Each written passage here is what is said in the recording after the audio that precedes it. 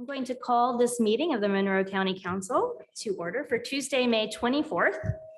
I want to note for the record that we have all those who are participating in the room, I believe. I don't think we have any members of council on Zoom. I'm checking, but we do have some missing. So let's do a roll call just to establish who's here.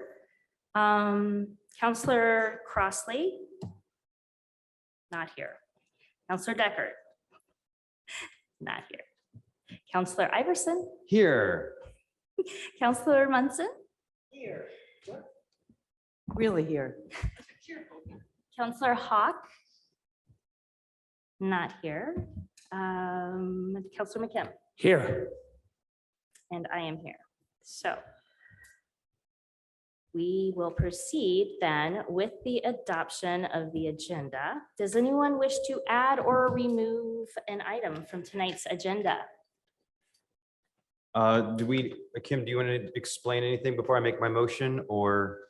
I would like to, I received an email that Kelly Whitmer would like to have her item tabled indefinitely as she currently has COVID, and she will get with me with regards to when she's going to be available. And there was an error on my part with regards to the recorders and his presentation. He wants to just do a department update rather than do a presentation. So Sure I'm thing. asking that you pull or remove that item as well, which is item 12. Excellent. Items 11 and 12. Given that, council, I move to table agenda items 9A, Health Department Midpoint Hire, item 11, Parks and Recreation Presentation, and item 12, Recorder's Office Department Report indefinitely. Second. Are there any other changes to the agenda? Are there any questions from council regarding the proposed change? Welcome. Counselor Hawk is here for the record. I couldn't get the parking.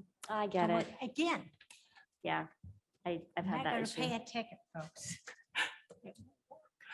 Now I see folks in the audience getting out their apps, realizing that they didn't pay for their parking. I got a part. Okay. All those in favor of tabling items 11 and 12 and 9A was added as well. That's Say right. aye. Aye. Aye. Opposed, say nay. Motion passes. And so that brings us to item 3, department updates. Recorder Schmitz, yes, I'm just gonna have, since I knew he was going. And then you? Nope, she raised her hand. She raised her hand. I'm just trying to make sure I don't miss anybody. Welcome, Mr. Schmitz. Make sure to turn your microphone on. On. There we go. Good evening, everybody. Make sure you pull the mic close. Yep. Thank you. This is just a quick update. First of all, thank you, Marty. I just turned on my parking app, so I appreciate that reminder. Just an update upon a major project that we have completed the first part of in the recorder's office. We brought in US Imaging, which is a company that comes around and they set up and they scan documents in an office. And they do this on site without having to remove the documents to take them elsewhere, which would make them less available. What they have done is they have scanned all of our older deeds and miscellaneous records, which are the most important documents to do. And these will be eventually imported into our recorders database so they are accessible digitally. And that includes accessible online through docspop.com. We still would have all the indexing of, so that you can find these documents. to do. But the scanning is done, and they are working on preparing these to be imported into our system. This accomplishes several things. It makes them more accessible, more easily accessible to people from anywhere that you have internet. And the other thing it does is that we have microfilm. All of our records are on microfilm, but some of our old microfilm is just really dreadful. I mean, some of it is downright unreadable.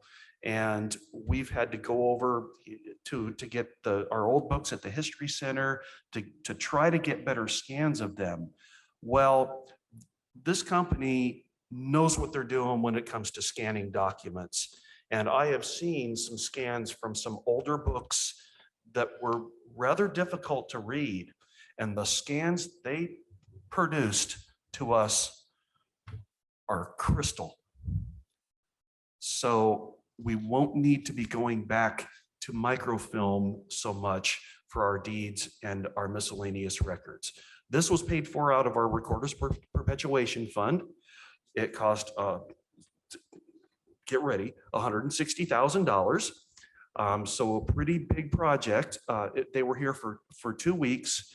And the next part of the project, they will be several months, possibly up to a year to get these the documents grouped, the pages grouped together into documents, so that they are, so it's not just a page out of a book, it's a deed, or it's a set of covenants, restrictions, or an easement or something like that. And so that takes considerably longer because they have to go through and work on this. But that's where we are now. I'm so pleased that we got this first part done. We are able to request certain pages of older books just from them and say, hey, can you send us these 2 pages? And they'll send us the pages. And like I said, the ones that I've seen so far are just beautiful scans. So your user fees at work.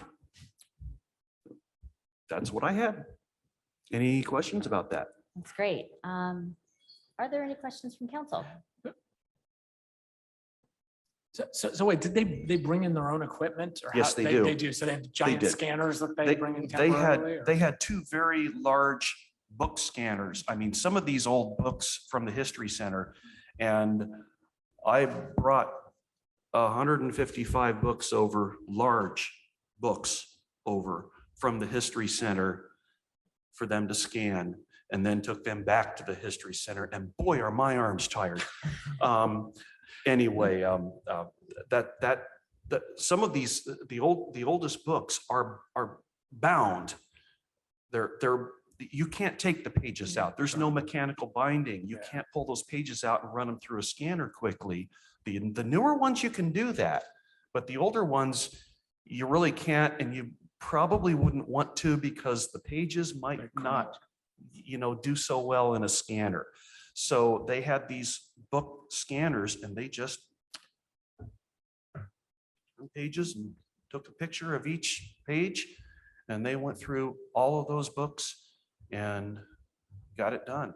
And I'm just so happy that it's done. So, Question? yes. No question, but a comment. Oh. I have used records in the recorder's office in other counties Mhm. and have done this to look at the history of land ownership. And it is very often very, very difficult to do any research with the records in a recorder's office. And I want to congratulate you on taking this important step. Thank you. Thank you. Couldn't be more pleased. Okay. All right. Oh, yeah, Marty. Well, I listened to your presentation the other day to the commissioners. I find it very interesting. Mhm. And I am sure that you're going to return the originals back to the History Center. Oh, they're already Correct me, back. Right. Yeah. I mean, we want to keep those. And I really appreciate the fact this is happening because so many people want to do research. And that's just going to be such a blessing to be able to do that. It sure is. So Yeah. I thank you for your, and as I understand it, you have the dollars to pay for this in your, Oh, easily. right? I Yeah, mean, the perpetuation fund is flush. So, yes. My pleasure. I do have a couple questions. Mhm. First of all, you said the next step is they're gonna combine documents into documents, images into documents. Right. So like a multi-page yeah. document. Then will your office be doing the uploading or will they be doing that for you? That I don't really quite know exactly how the details of how that would work. They don't really have access to our recording software, so we would probably be working with our software vendor on how to get these documents scanned in. But this company has worked with I think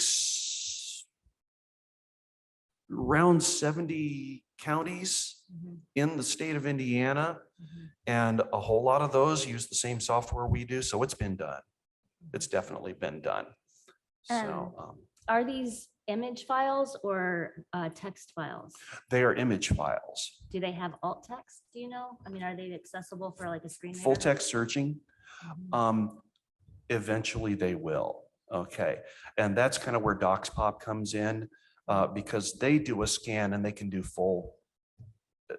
Well, they don't do a scan, but they take our images and they run OCR. they process them so that you can do full text searching on DocsPop. And we're looking at some other OCR image to text conversion solutions as well.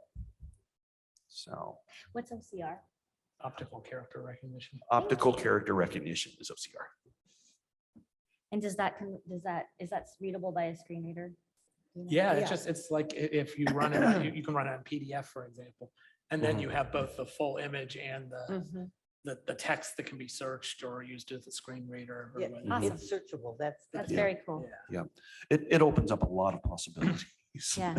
It sounds like it's a bit of a long-term kind of, I mean, that's gonna be Yeah. amazing, but Yeah. yeah. So- You had, And I just wanted to clarify, just for the public, that DocsPop is spelled DoxPop.com. That's right. And are there any fees for anybody in the public to use this service?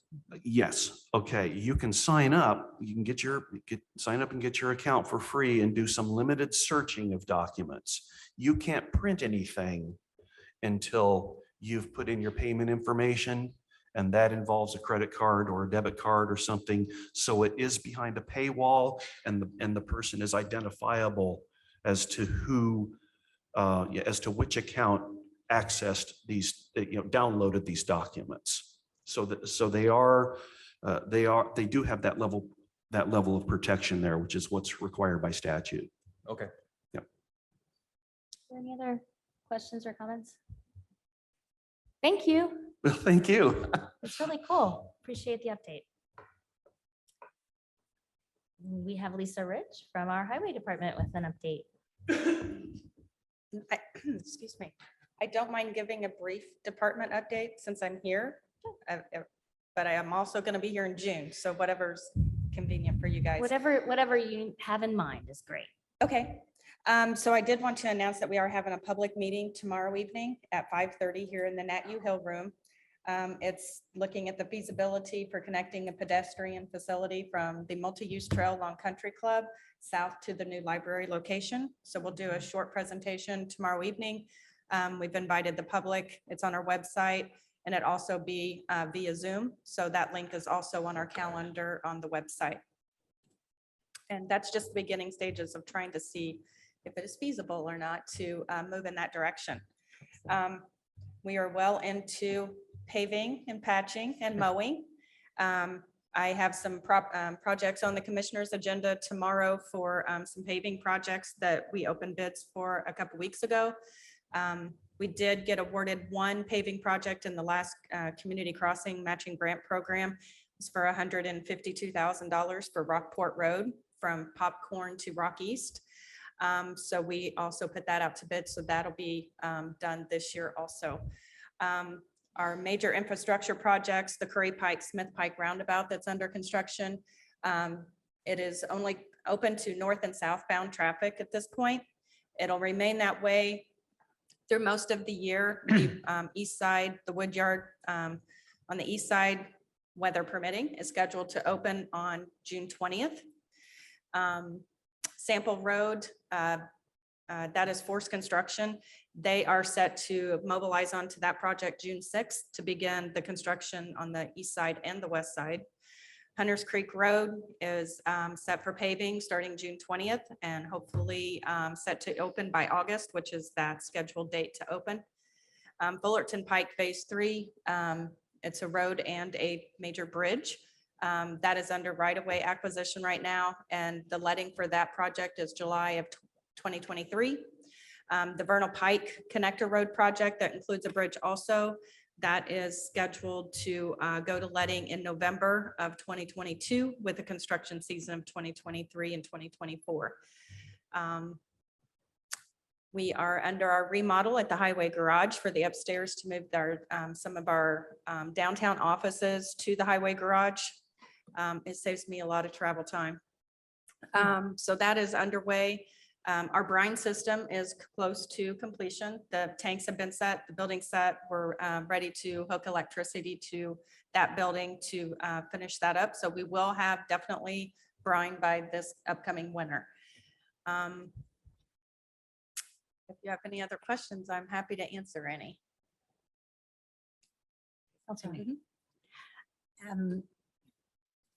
I've been hearing about the difficulty getting materials to make what we need for road construction. Now, I haven't heard that here locally. I'm talking about just national news about how the people who provide the materials for the highway projects, that it's difficult to get them, and sometimes they're having to continue to redo projects or change bids and so forth. Are we seeing any major change here?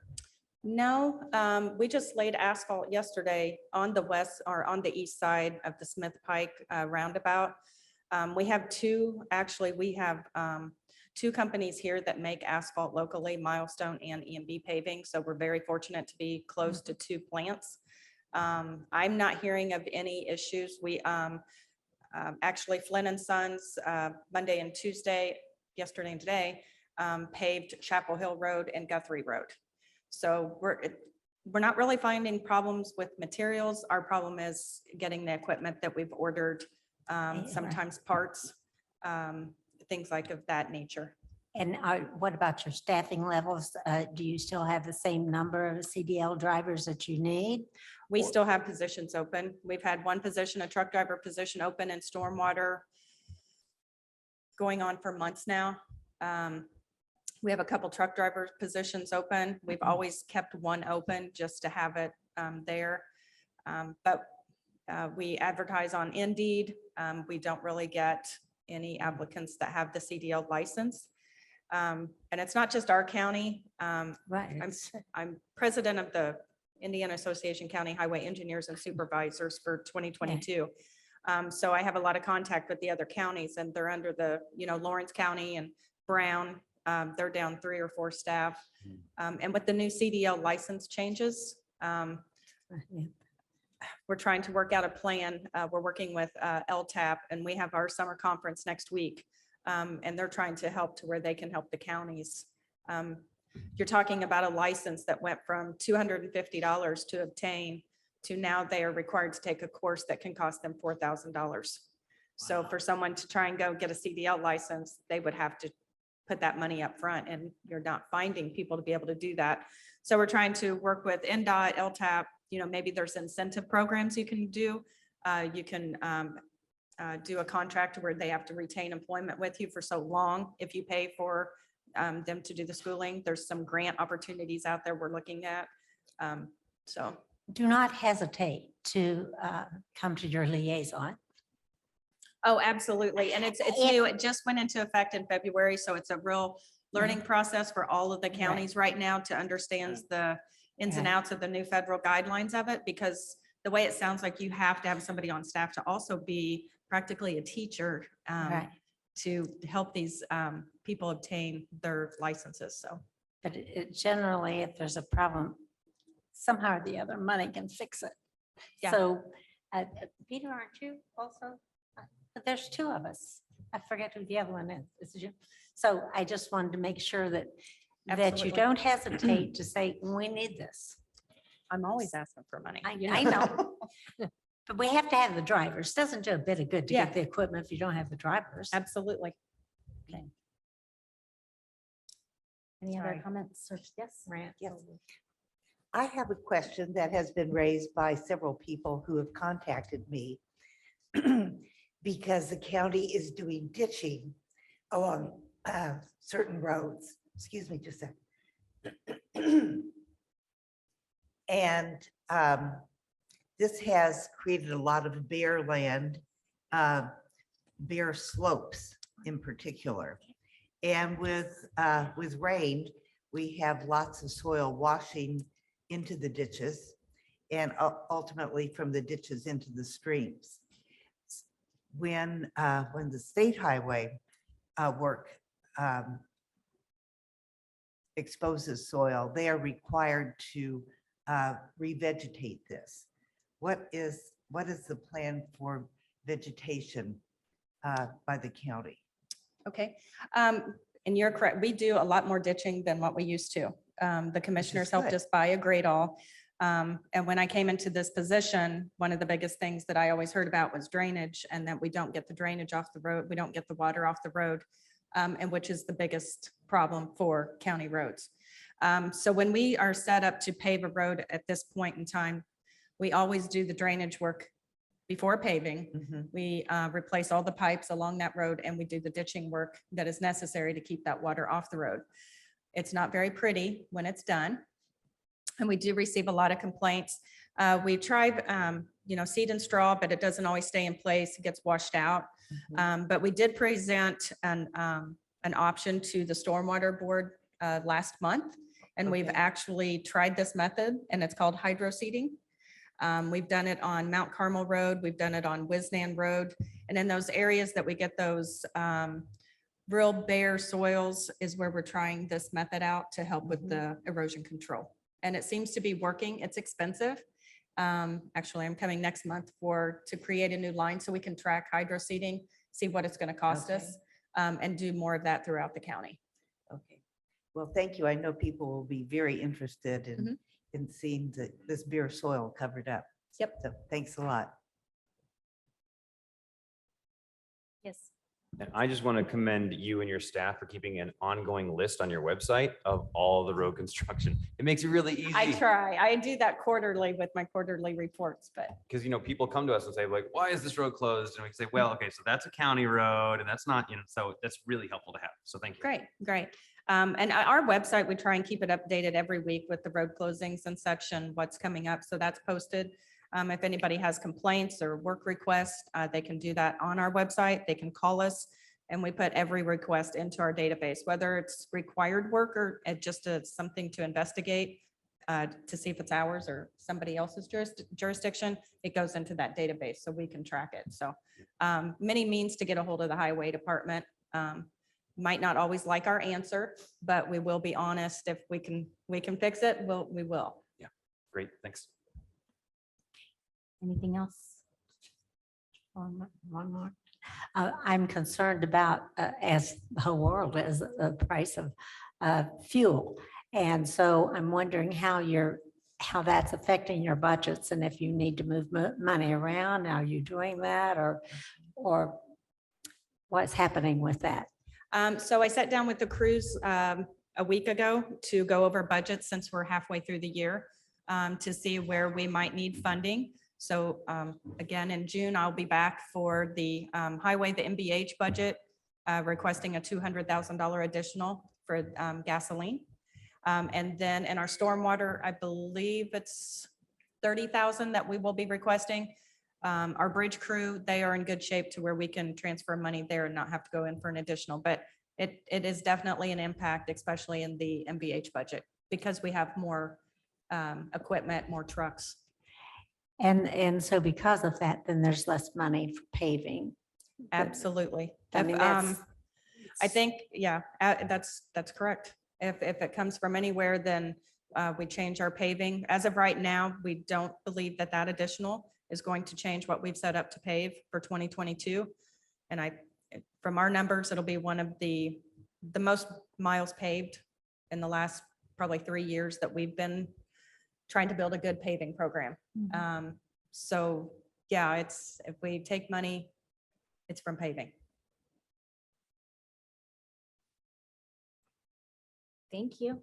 Thanks. And we'll see you again next month. Okay. Do we have any other departmental updates?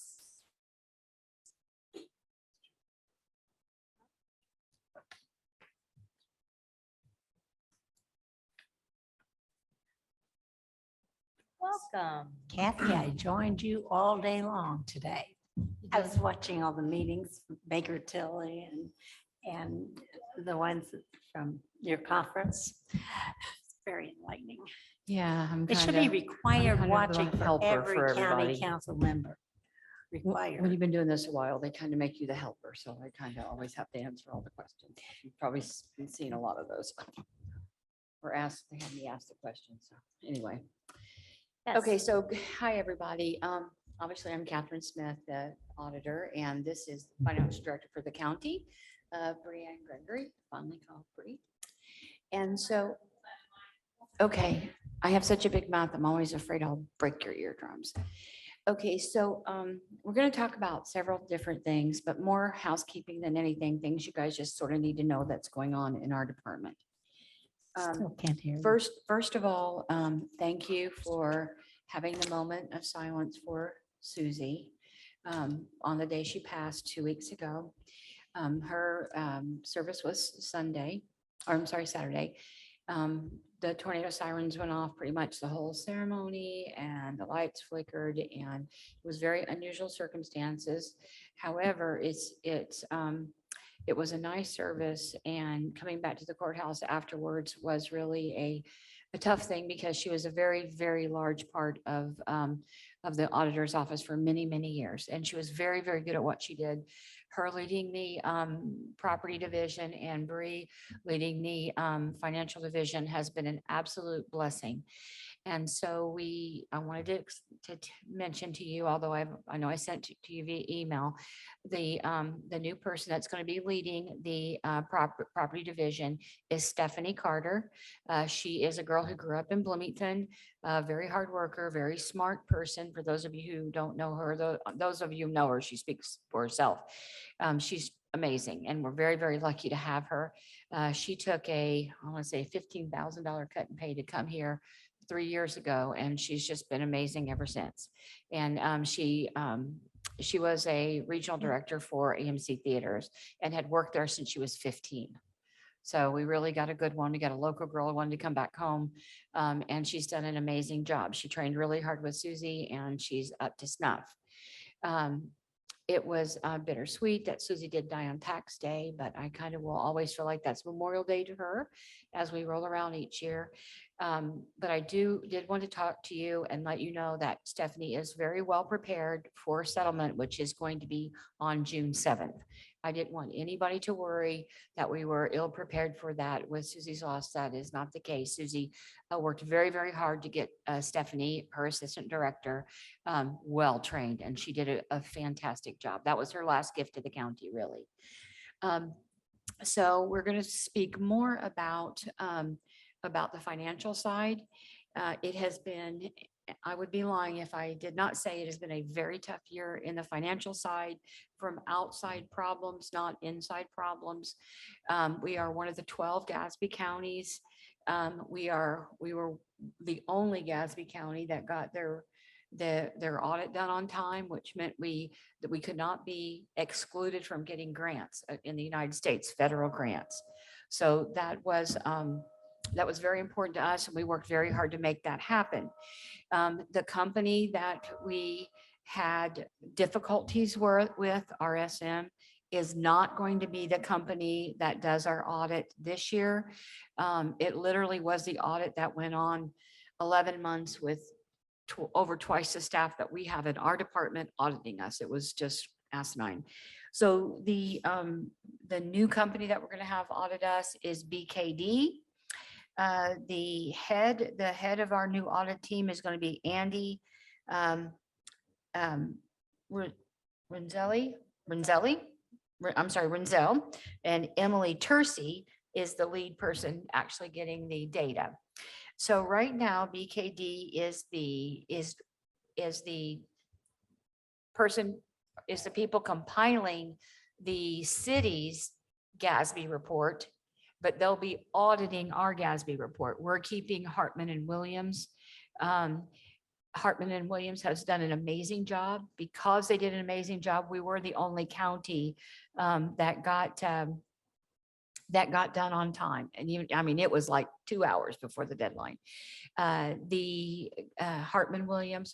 and Williams were both heads of the State Board of Accounts, one on the Republican appointee from the governor, one a Democrat appointee from the governor. They work very well together. They're a smaller company, and they're much, much cheaper than if we would have hired BKD to do it like the city did, or hired Baker Tilly or one of the bigger companies. But they're Greene County and local people. So not only do we keep the money in the community, because most of those people shop here in in Monroe County, but that helps us keep the money local as well. So we wanted to tell you a couple things about that. One, that we did get it done on time, so we're not in the position the other counties are where they're worried about losing their grants. And however, we will not get our report done for 2021, which is due on the 31st, which I think is next Tuesday. The State Board of Accounts has granted us an extension till the end of July based on RSM not completing the audit, because it took us so much time to work with them.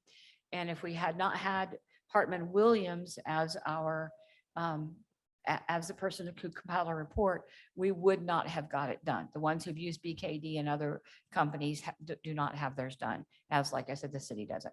And so I feel like that we're ahead of the game.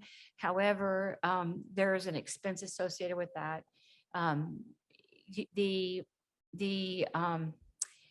We have asked the State Board of Accounts to help us pay for the Hartman Williams expense for the audit, because they had to come in as consultants. This is happening around the state, all 12 counties. That was unplanned work. And nothing we really wanted to do, actually something we didn't really want to do, because it costs money to have them help us. However, we are in much better position if when the rubber meets the road, if people lose grants. And of course, the biggest grant we have to lose right now is the COVID monies, which is substantial. Obviously, we haven't spent all the COVID money. It's still out there. There's still a substantial amount to spend, and we'll have to talk about that in the future, but we're not going to cover that now. We just wanted to let you know that there's going to be an expense coming up, because we are going to have to pay for their assistance during this giant audit from hell. And we have not asked, we are asking the State Board of Accounts to help us, but if their answer comes back no, then we will have to come back for an additional appropriation, and we're sorry for that. We're hoping that they'll say yes, because they're using COVID money at the state level to pay for hiring out these audits. So they're paying the difference between the hourly rate that they charge and what these expensive companies are charging. So we'll just say that we had hired, we'll say BKD to do our report instead of Hartman Williams. So then they would have done our report at 2 or 3 times the cost. Then they would have been stuck helping us with the audit at 2 or 3 times the cost. So we do feel like that having the local people, is a cost savings. Nobody wants to pay for these kind of services because it doesn't feel like a value add. It feels like just a necessary expense. And when we talked to State Board of Accounts today, they sort of, said that, we're all in the same boat and that, there's just no getting around it. If we want to bond, that's just what it's going to cost. And I try to remind people that the reason why we do it this way now, the reason why the accounting principles have changed is because cities like Detroit and certain counties have went belly up and left bonds unpaid and defaulted on bonds. And, we're a stellar county with good income, and these reports are to prove it. It's not just our accounting, but our 5 component units, and you want to call out what they are? Sure. The component units are the Monroe Fire Protection District, Building Corporation, Convention Center, Building Corporation, the Parks Foundation, Monroe County Public Library, and the Monroe County Solid Waste Management District. So because they're part and parcel of the county in that our boards are the same people or expenses are the same expenses, the State Board of Account and accounting principles in general see us as one entity, although we're really one entity plus those 5 entities. And because we use different accounting systems, the component unit systems have to be converted to our system. And we didn't really understand the very beginning of the project, to what extent that has to be done. Because really, we had never done this kind of accounting. And I think the State Board of Accounts was overwhelmed. We were overwhelmed, very overwhelmed. And so it's very complicated. It's a very complicated dance. It's not simple whatsoever. And so I just wanted to forewarn you, we will be asking for more money. And if the State Board of Accounts will not help us with this expense, we're a little concerned that they will not, because if they help us, and ours was done on time, and it still costs that extra to basically defend ourselves against these auditors, these other audits that are still going on in these other counties and other cities, if we ask, those people are going to ask too. But we still want to be the firstest with the mostest, because that's makes, they could cut it off after us, but we're at least trying to help you guys out. And then go ahead. You want to tell what you want to tell? Okay. About the COVID money? Did you have anything else to say? Okay, maybe we covered it all. Sorry that it's extensive, but we didn't want to have, we didn't want it to be a surprise. The only other thing I have to say, and it's not really about finances or about the property side, is when you have the discussion later about raises and compensation, I would ask that the county council adopt a compensation policy that keeps Wagner, Irwin, and Shealy's work intact. And by that, I mean a percentage number, so that we do not bastardize the relativity between all the different ladder rungs, I guess I should say, not just ladder rungs, but also moving, columns. Right now, like for instance, it's relative on a percentage for each job classification. If we give a flat raise, that bastardizes that system, and then we're off kilter again between job descriptions and job positions. And so I just ask whatever you guys pick, that you try to keep the Wagner and Shealy information intact and relativity intact by making sure that whatever you adopt is a percentage, so that we don't have to undo. In the past, we have done flat raises every other year, but we never fully implemented Wagner, Irwin, Shealy the first time. We never got to the point where we got the salaries up to where they were supposed to be. But now that we're there, let's try to keep that intact if we absolutely positively can. so that we don't have to start from scratch in another year. And thank you. I mean, do you have any questions? Are you saying that you think that what Wagner, Irwin, and Shealy directions have been for years, that you would do 1 year a flat and 1 year a percentage? You're saying you don't want to do that ever? Absolutely not. So what happens is this: before, the lower echelon was not at a living wage. So we did every other year a flat rate so that they could catch up quicker. Right. But And- now that everyone is relative to where Wagner, Irwin, and Shealy has said that they should be, which is what I'm understanding that has happened, right? Each different category is where they judge the right wage for the right job description. If we'll have to stick with percentages to make sure we don't change each position relative to other positions. That will say that one position is 75% of another position, it stays 75% of another position, because everybody went up 1% or everybody went up 2%. Does that make sense?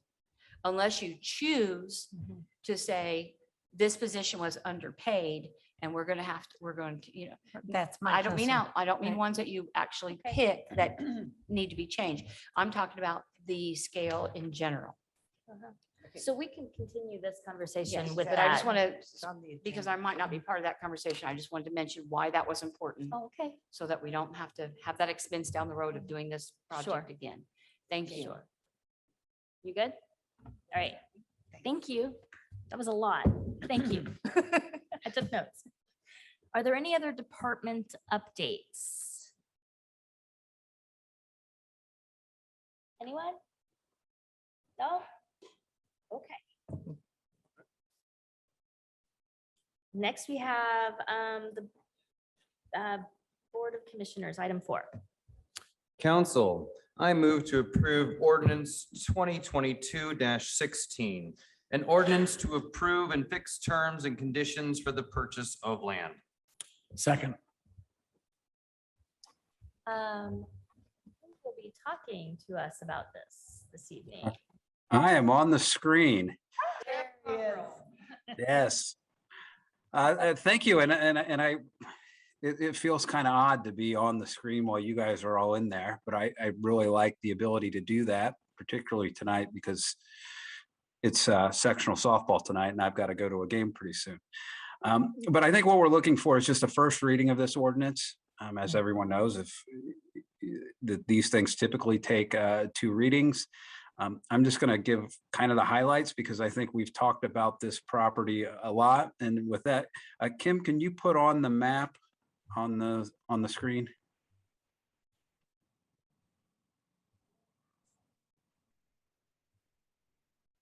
And while she's, yeah, when we started this, looking at these things, we were looking at basically all the blue parcels. The parcels, the northern groups of parcels we purchased and are working on completing the Hunter Valley Road project with our redevelopment commission and the developer. So what we're talking about are the 2 parcels that are on the southern side of that. They comprise just under 70 acres. And like I said, we've been talking about this for at least 3 years. And you can tell from this photograph there are a lot of quarry pits. This property, it's one owner, so I'm going to refer to it as just one property. This property has some environmental restrictive covenants.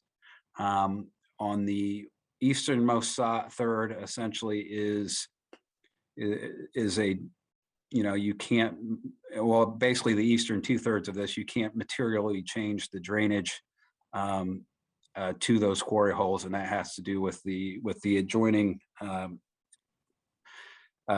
site that is owned by CVS. I think it's got PCBs, and they are working on correcting that. When we started this process, that was a Superfund site. My understanding, it's been delisted. We've had a lot of environmental work done. looking at these properties, and I think we're at a point now where we're comfortable moving forward. The price in the ordinance is 640,000, which is significantly less than what we were talking about 3 years ago. So I think that probably is my presentation, but I'm more than happy to answer any questions. Again, realizing that this will come back to your meeting in June. Thank you. Are there any questions from council? Yes, Mr. O'Connor. Let's, oh, actually, the map just disappeared. I can put it back up, sorry.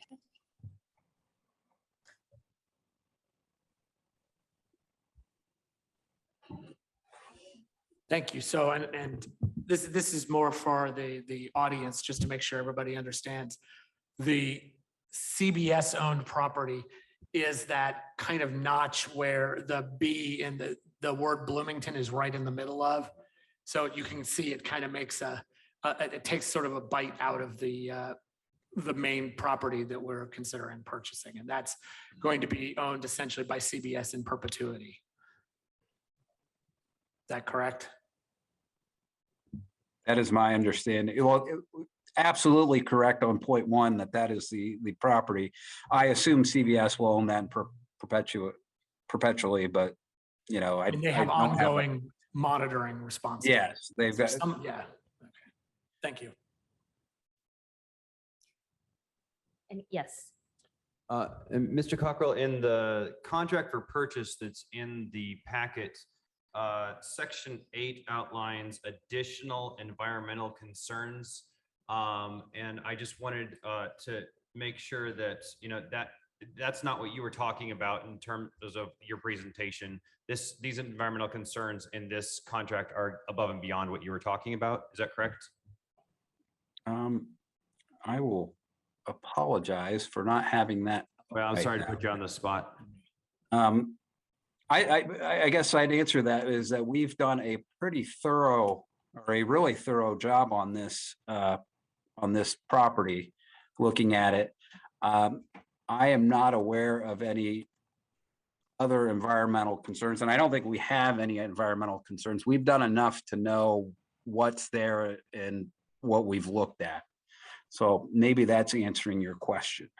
Sure. And I think probably above and beyond that, the language here seems to suggest that if in fact we do discover something that we hadn't previously found, that might be covered under this contract as well. I think I'm not. and my understanding, and I apologize for not having that pulled up right now. This is on page 8 of the packet online. Yeah, let me get there. But my guess is that is a statement that they haven't done anything since we've done our work that would alter it. And that's them saying that. But let me pull that up. I understand. Okay. What page was that again? It's on page 8 of the packet online. Yeah. Both on the PDF, it's page 8, and then on the printed portion below, it's page 8 of 78. Yep, you found it. All Thank you, right. Michelle.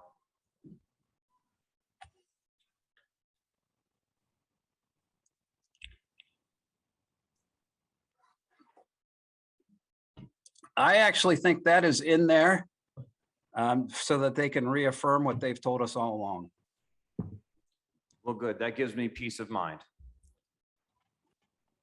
Yeah, that is not an atypical provision to have in these. And they've been in agreement with that statement from day one.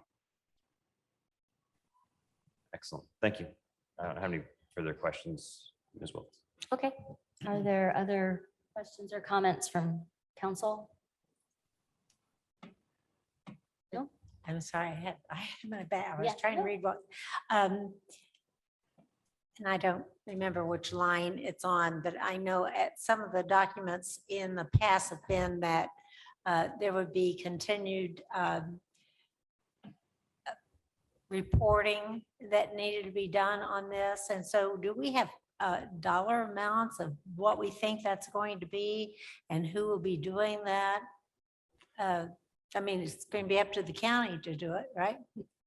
There are no requirements on the property that we are purchasing. Those monitoring requirements are on that little notched out part. that And there, will- and so CBS would be responsible. there, you're saying there's no monitoring on any of, and who's going to? Not required, not required monitoring. We could. If we got excited about it. Well, you know, of course, I'll try to be polite about this, but I've never one time, not 1 second, been in favor of doing this. For those of us my age, we remember how we fought the PCBs and anything that was around it. And we saw the problems that it caused and the dollars it cost the county for years and years and years. And it was tremendous. And so there's just no way I could support this whatsoever. But from there on, I'll try to be polite and tolerate what everyone wants to do as nicely as I can. That'll be easy. Well, I've also said in the same vein that I think that's why the county is a good steward of this land. And I think that we can take the painful past and interpret it for the future in the hope that people can learn from the experiences there. So We can just disagree on I that. think we can. Are there any other comments or questions from council members? Nope. Okay. Does there need to be, or can there be public comment? There certainly can be. Public comment by anyone, online or present? Okay, I don't see any. I trust that you'll let me know if I'm missing something online. Could I just ask this question? Yes. Because I saw that Of course. it was indicated to be a part of economic development, and that sort of made me wonder if we were going to use economic development money to maintain this portion of the newly acquired. We Is that- could. Is that the idea?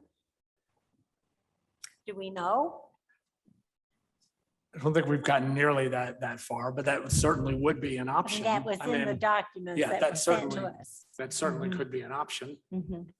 But I guess maybe part of that is we had gone to the Food and Beverage Advisory Commission a few years ago, and they had approved the use of a portion of the funding. I want to say it was either $250,000 or $500,000 for this purpose. Now, clearly, that's never gone to the council for an appropriation or anything like that.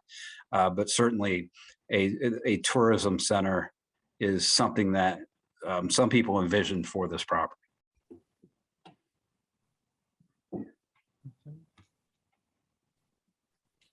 Okay, so I'm not seeing any further comment and we will not be voting on this. Is that correct? This is first reading? Or do I call for a roll call vote in case there perhaps is a lightning strike? I don't think there's any need for a vote after the first reading. I think you're fine going to the June meeting. Okay, we will see you again. All right. Item 5 on our agenda. Council, I move to approve the Highway Department's request for the creation of new account lines as set out in the agenda and to simultaneously approve an additional appropriation in Fund 1197-0000 Stormwater Management in the amount of $242,000 in the capital category. Second. Welcome, Ms. Ridge, again. Welcome. Oh, yeah, not welcome to you, sorry. Brain dead right now, I think. So we are wanting to, we followed the FSG report that was prepared for the stormwater when we raised the fee. Part of that was increasing crew and equipment as needed. So we are wanting to purchase the tandem dump truck that was mentioned and also needed for the crew. They have one truck and typically borrow a truck, an older truck from the county highway. And then also, we are wanting to replace a 2012 Ford Focus with a 2022 Ford Explorer. The highway budget had ordered three Ford Explorers last fall.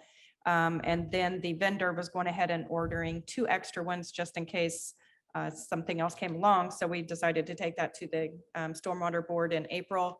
They approved the 2 purchases unanimously. And then we would like to ask to purchase one of the extra Ford Explorers that the vendor ordered. According to the dump truck vendor now, I'm not sure when we would even be able to receive that truck, at least a year out. But if we can try and get an order in and get on the list and have the money there, then an opportunity might come about to, if another entity cannot purchase a truck when it becomes available, then we would be able to get in line to buy that truck or wait at least a year. Right. Are there any questions? Yes. And I'm probably late to the party on asking this question. But did the Stormwater Board consider taking this with the ARPA funds? Or is that? I think we had already I believe when we started the discussions of this, we had already anticipated doing an additional for the equipment and vehicle purchase from the stormwater funds. But however, in the ARPA funds, we did include stormwater projects, the major infrastructure projects as a possible ARPA request. Well, and of course, it would depend on, you'd have to look to Bree about making sure we were hitting the right timeframes when we order it and when we actually did the appropriation and so forth. But it would just seem to me that since that's it, and the auditor's office has already signed off on the how much was it that we used, that we don't have to verify any revenue loss, and we can use that for any legal purpose. So 10 million, I beg pardon? $10 million. So I don't know whether anybody's looking at that, since we don't have to look at revenue loss to use those dollars for any purpose whatsoever, but it does have a time frame between dates. When you do the report, when you sign and so forth. What was that, from May 1 of 21 to May 1 of 22, and then it starts all over again? So what was that date? I believe because we chose that standard deduction, we just have to expend, or we can expend the 10 million before the end of 2024. I think. I don't have it in front of me, but that's my understanding. Okay, I'm just thinking that some of these bigger ticket items, that's what they've suggested, that we use the ARPA funds, that we don't use it for little items, but this is a rather large ticket item, I think. We might want to consider it, but whatever, however it works I guess out. I look at as, I agree, it is a very expensive ticket item, but when I look at the infrastructure projects, those are a lot bigger items. Oh, sure. So- I'm not saying you don't do that. I'm just saying you do this as well.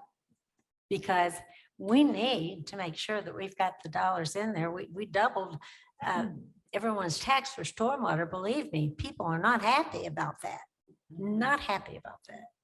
And so I really am not sure they're going to like seeing a lot of new trucks running around when we've still got some little nonprofits like the Steinsville Lions Club, who, they don't have a way to come up with the money to pay for this because they've got gravel parking lot. They're being charged for that. And so I just hope that we look to those dollars that local folks are paying into, and we save that back as much as we can to provide local services.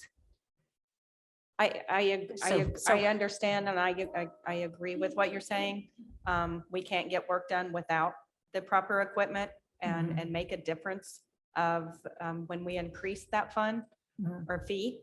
And I believe that this, when you can have the bigger dump trucks and such to haul more dirt or what you need to get a project done, that is showing that that was in partly support of raising that fee for us, for that division of the department to get more work done. You do understand, I'm not objecting to you having Yeah, proper yeah. equipment. It's not but just to the- drive around the new fund trucks. Where it would come from, and then maybe nobody else is, maybe everyone else has already thought about where it should come from, and this is where they think it should.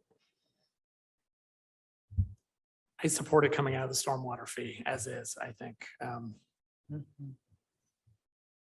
It's necessary to do Yeah. the job. I agree.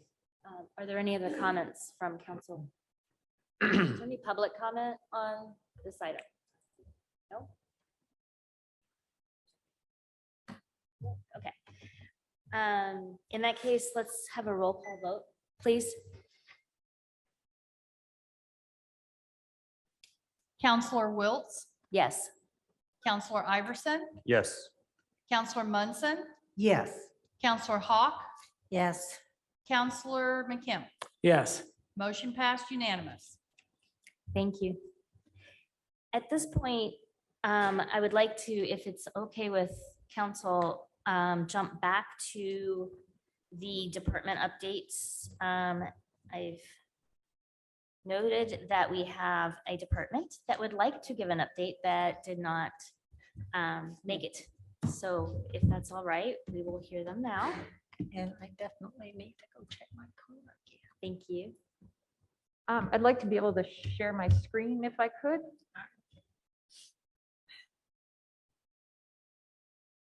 Can we make that happen? Are you enabled? Yes, Cool. I think so.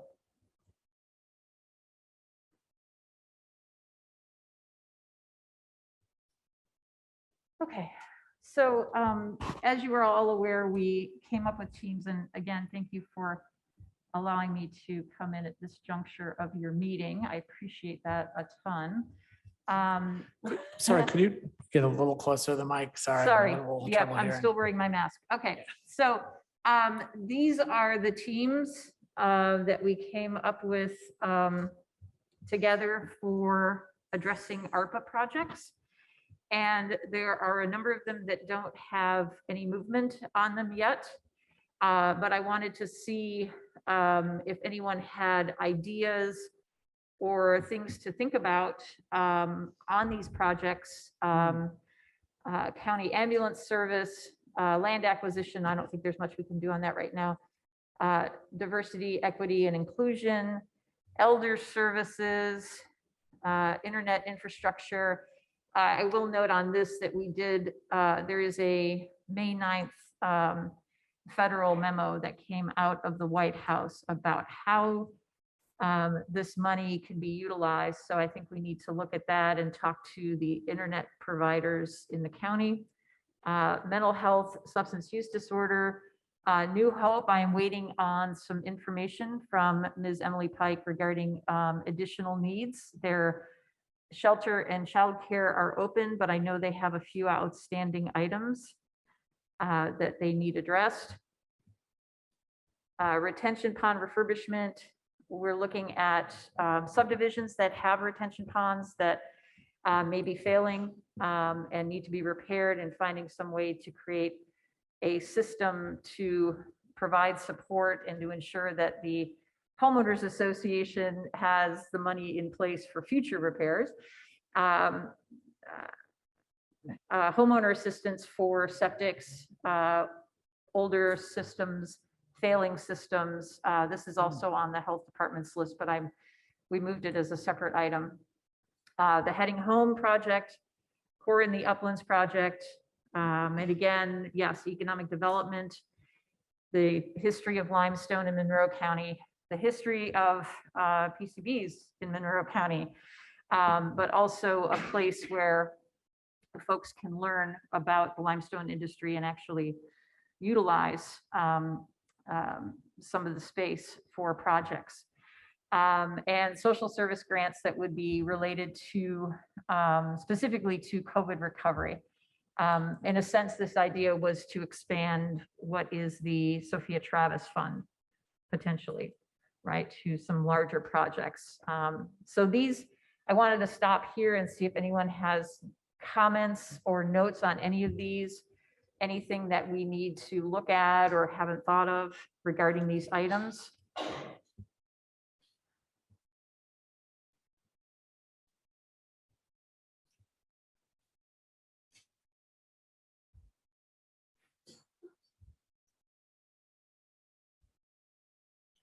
Sorry, I was looking at your scrolling. I was too. And I was like, It was did I going miss so one? fast. I wasn't Sorry. keeping I was up like, am with I it. on that one? Yes, okay, sorry. Does anyone have any questions? Councilor McKenzie. Only that the notes, next step, meet with county internet providers, that may, Oh, That that's in the actually wrong belongs one. on the- Yep, that's in the wrong one. Yeah, that got duplicated. So there is a information that we need on this, obviously, to continue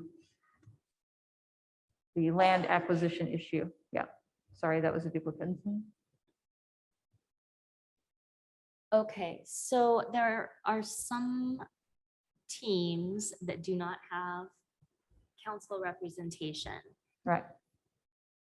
Could we maybe talk about how that's gonna work? Would you like someone to be voluntold? Well, one of the things, so for example, with the New Hope Shelter and Childcare, we would just receive information. So Yeah. it's really just a matter of pulling the information together and bringing it out. So there's a lot of things that don't really need a team. And I've just sort of assigned myself to get the information together and bring it back at a future meeting. Okay, So, I mean, like in the future, I am interested, very interested in the quarry and the Uplands project. Right. I don't have the capacity right now to do anything. And I didn't know if there was anything other than the land acquisition that needed kind of immediate. yeah. So there was a group that met early on when we had the ROI grant application process. And then once we'd received the grant, we had a meeting. And it's a diverse group of people from the community who have an interest or an expertise in this kind of economic development project. And I think the thing to do is to bring that group back together once things are settled and maybe reapply for our ROI grant, because that was, I think, 250,000 that we gave up because we weren't moving on the land purchase. So, so there may be some grant writing involved and as well, but. and is the thought with respect to ARPA funds that we would have matching funds for the grant? It could be that we, as a group, might come back to say, you know, we could use X amount in ARPA money to prepare a parking lot or something. We have staged out what we think needs to be done. We did that early on, and maybe that's changed once we look at this again, but we're kind of looking at phasing the project in place. And but there should be sufficient bond money left, geo bond money left as well. So that might also, that would be the first place we'd go. But if something comes up and we need a match or something else, yeah, we might come back. And we should know that, I would guess, within the next, by the end of the year, maybe. Yeah. Okay. Okay, yeah, I'm certainly interested in that as well, but did you have a question? No, I wanted to give some information about New Hope. And that is that the child care team of Counselor Iverson, Commissioner Gissens, and myself, plus Tina Peterson and Jennifer Myers from the Community Foundation, have considered New Hope's service for childcare as part of our longer term proposal. And we, at the last meeting, we talked about the Smart Start for kindergarten that needed an immediate approval to get moving, so we could hire personnel in time for to get ready for pre-kindergarten. And that work is underway thanks to the Community Foundation underwriting the initial costs of this. Right. And those programs will actually start in July. So Right. very short timeline. But New Hope for Families has a cost included in our longer term proposal. They do, but their kitchen is done, so I'm not sure. So that's why we need to hear back from Ms. Pike. Mhm. It's a separate item, so I pulled it out of the Okay. childcare list. So the rest here that I have are things that we've made some progress on and Mhm. have a bit of information on. Okay, So this is the childcare one specifically. And I noted the summer allocation here as well, so that we have that information. But then I included the two items that Commissioner Githen sent from your team's meeting Mhm. on here, and then I moved the New Hope back into New Hope, right? So Okay. it's just arbitrary, but we can move it back if we need to. If all they need Okay. is, if all New Hope needs is childcare assistance, then we can move them back in here, I think. But if they also need some additional funding for shelter, we can keep New Hope separate, but cover it either way, right? okay.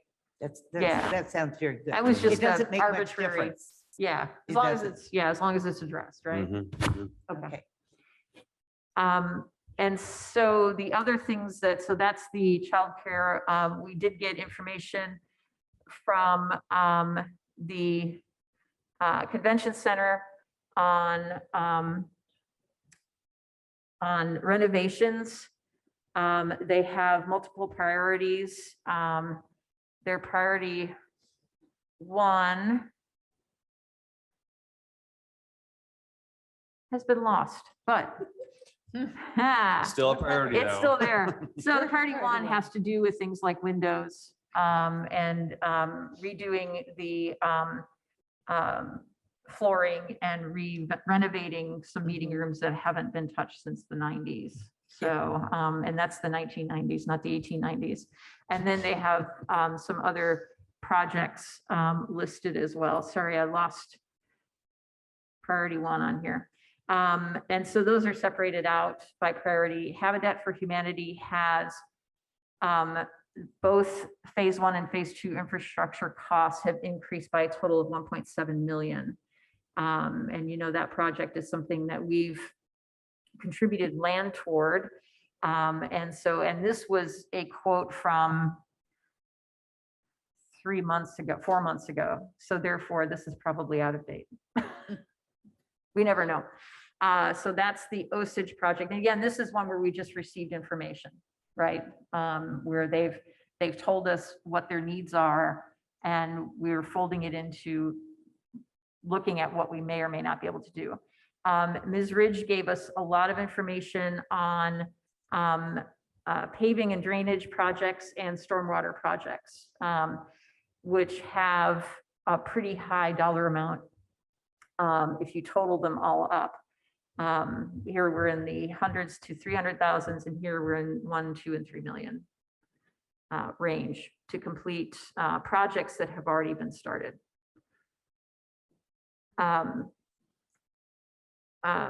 Councilor Deckard and I met and had sort of just a conversation about what we might do to help rural housing renovations. And we talked about a lot of ideas relating to who could manage or administer this. Maybe it's the township trustees. I don't know.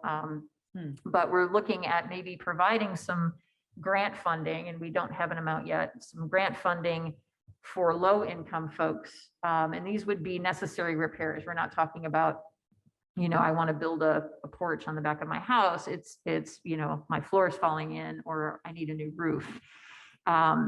And then for low to moderate income residents, maybe some sort of revolving loan could be established so that into the future, as people pay down their loan, we could do a 0 interest revolving loan, then others can then utilize those funds for their renovations. And this is something that I know Councilor Hawk talked about, renovating rural homes.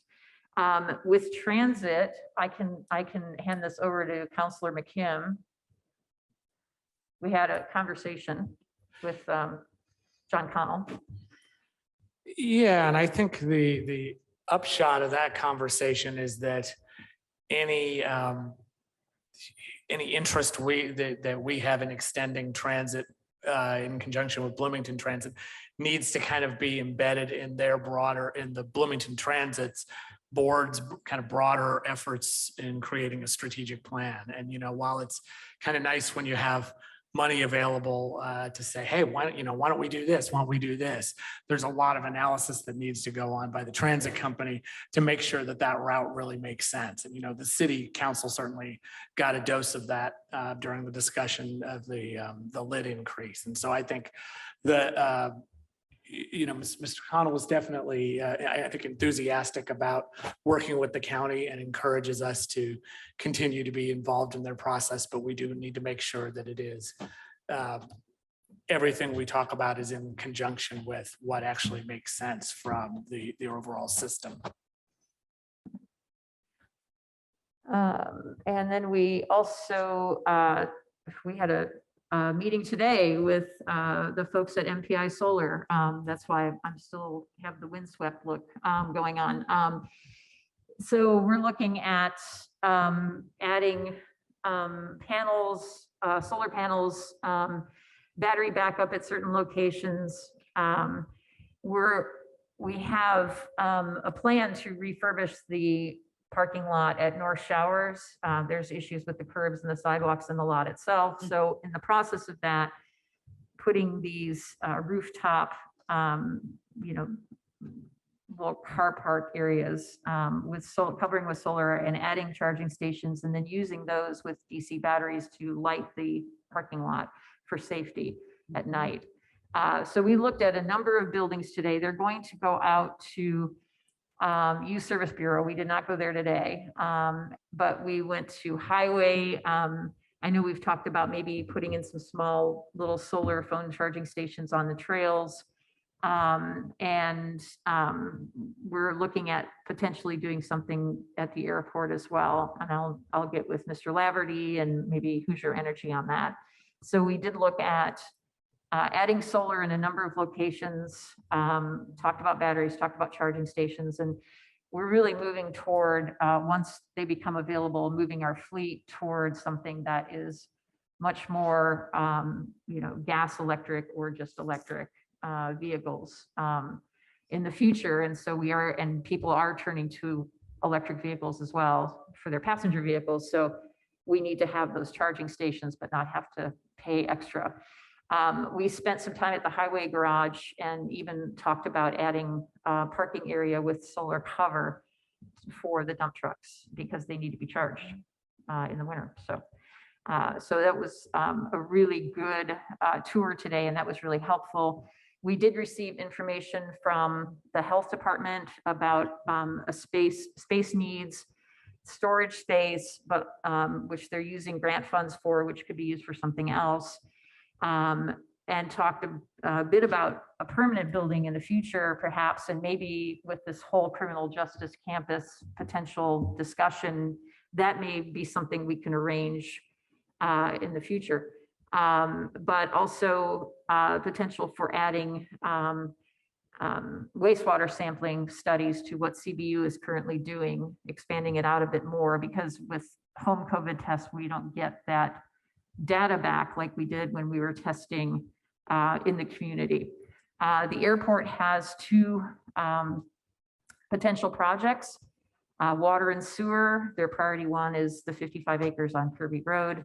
Priority two is Airport Road, Cave Road. And I think that's it, yes. So happy to hear suggestions or comments on any of these. I'm sorry. Councilor Iverson. So this is really wonderful to see some progress going on. This is, I think, really great. I'm particularly interested in making sure that we're on the same page in terms of some of these projects. And I'm looking on Box right now, and Michelle has put together a list of the different teams that lives living in Box. And I just want to make sure that the list that we're seeing here tonight at tonight's meeting matches that. There's a couple projects that I think we just haven't synced up yet, and that's okay. Well, if you could send me the latest update, I'll make sure I do that. And I think it's something that I think you raised that I think is really important, that I see your name alone up there, and you certainly don't have the bandwidth to be tackling all of these projects by yourself. So I think I'm excited to talk with leadership on the council to figure out Yeah. ways that we can get council support Yeah. on the projects that don't have it Yeah, currently. and on those, most of those, I'm just the point person collecting information and sharing it. So I'm not really working at any of it. So it's just about having somebody to say, where did you get those numbers from? Right? So taking that on isn't horrible. So. Good. Other question? Yes. Oh, yeah.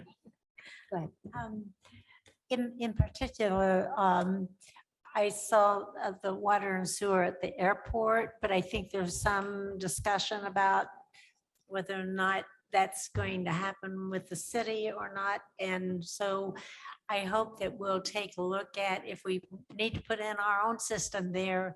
And if so, that would help development, not just there at the airport on all that ground that we've now paid for, but also neighboring areas. And it seems to me that would be, I don't know what kind of dollars that would be, but I'd sure like to have some kind of a rough estimate.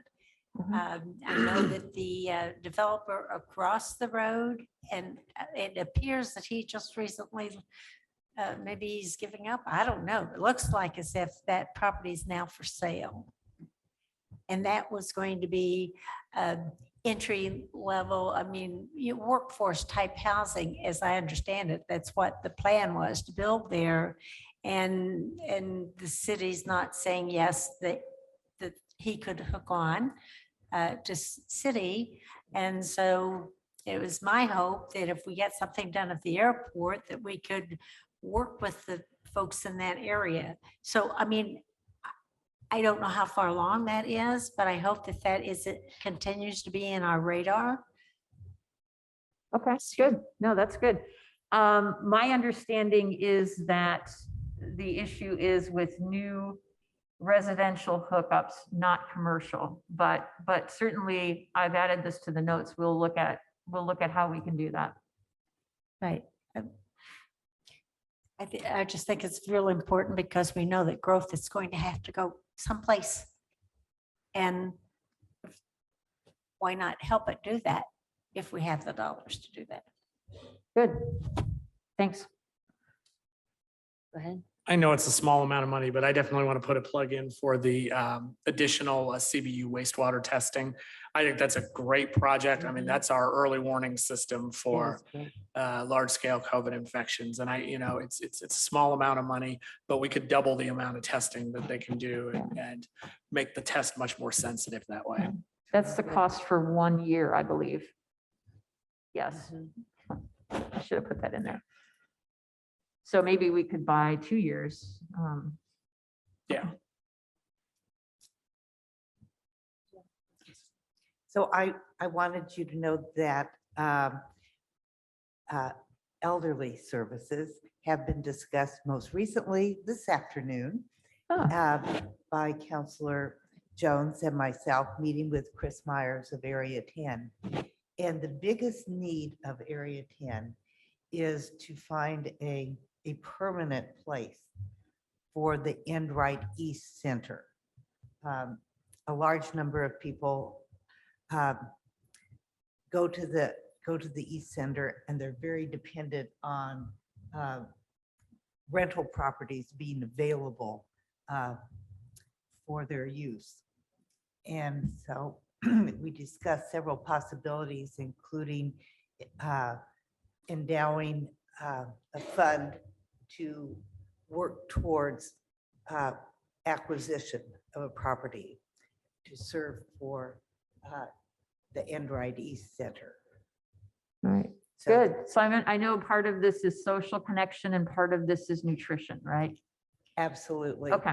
And social connection and nutrition, but to that I would add mental health. Is it in the mall now or where? It's where? still in It's the still in mall. the mall. And it's still close to the Macy's Target wing. But when they closed off Macy's area, they had to had to move. And I'm glad that the mall worked with Area 10 to give them a space, but it's very hard to move around. So we hope to find out more information soon and be able to report back to the commissioners and council. Great.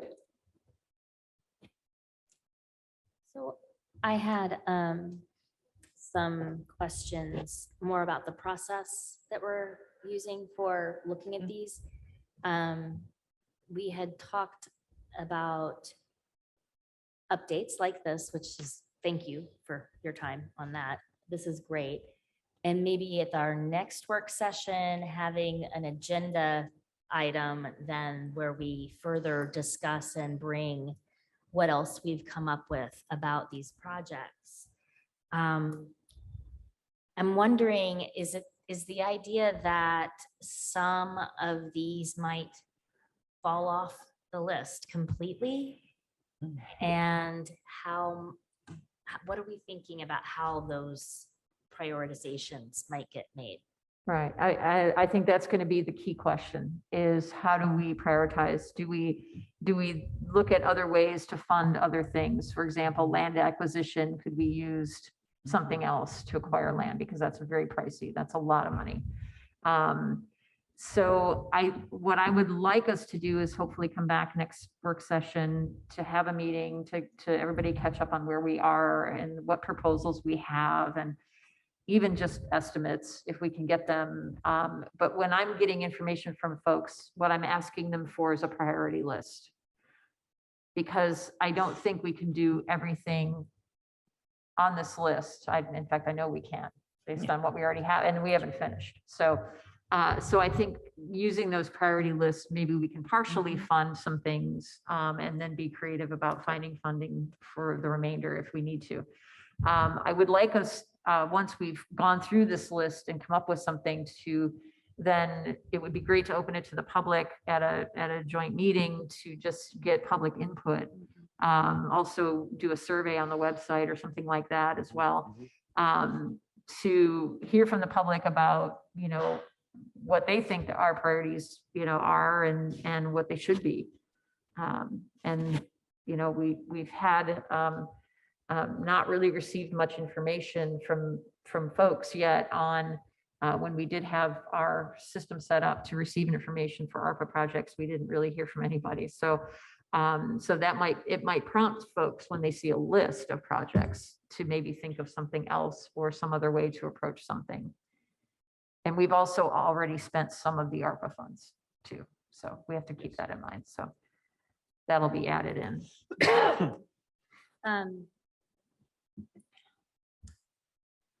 Yeah, I have a lot of ideas and I'm not going to do them. I'm not going to share them right now because we have a meeting to get back to. But I do think that as we all are collecting information, something that I think would be helpful to see when we come back together are for each of these projects and categories of projects, what alternate funds might be out there, ideas for how otherwise to pay for it, but also what other additional or leveraging funds might be there that then kind of value added, augment our efforts. And then as I look at the list, I also want to see some things like supporting factors that make this project easier to implement, as well as obstacles or detracting factors. Like, I'm not sure how to take we need to work with the transit board. I mean, that's a given and that's great. And it's good that we are communicating, but what does that then do in terms of an impact to a timeline, or are they, lots of questions going in many directions. Yeah. Also timelines for these maybe. Okay. And I will write down and we can discuss and you can shoot down. I mean, this was just what I was writing as you were talking. Yep. And then maybe, and we might hold off just a little bit, but impact outcome, some measures, maybe just things so that we know potentially what we're expecting to get in terms of a return for each of these. I mean, there's so much to do. Yeah, I think a corollary to that question is who benefits? What's that? Is who benefits Yes. if Yeah. a project is done, right? What part, I what will- sector of the community, what, I really like that. that would be, I think, maybe helpful in determining, how to move forward. So what I'd like to do is reformat, these are just really my notes that just kind of ended up here, but I'll reformat this to something where these are going to be individual pages, and then whoever's on the teams can just access them in Dropbox and add their notes and do whatever they need to do to it. Put all their information on. I'll add the categories that you just talked about, and then we can come back in June and see where we are. Sounds great. Yeah. Thank you so much. Thank you all. Thanks for your time. Oh, Ms. Munson has a question. One more point. I think it's good to have individual pages because you can have more extensive information. But it's hard to wrap our heads around multiple pages. And so I would like to see one spreadsheet. She wants an Excel document. I do. Well, the problem with Excel documents is they don't work well for presenting information to the public, right? No, that's, So, they can if you're presenting synthesized information and a whole Okay. bunch of information put together. okay, I'll work on it, see what I can come up with. Okay. All great. right, thank you. all. I know you're good at that. All right, thank you. Thank you. We are now ready for item number 6 on the agenda. Council, I make a motion for council to officially accept responsibility for post-closure care on behalf of the, am I on the right? Yes. Of the Monroe County Solid Waste Management District pursuant to Indiana Administrative Code 329 IAC 10-39-3. Second.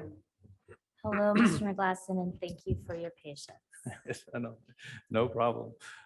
Yeah, so good evening. I guess from the district's perspective, this is something that's become kind of an annual housekeeping measure. And I think that everybody here has been through this at least once before. So, but we certainly do appreciate the council's agreement to make this demonstration on our behalf in the past and willingness to consider it again this year.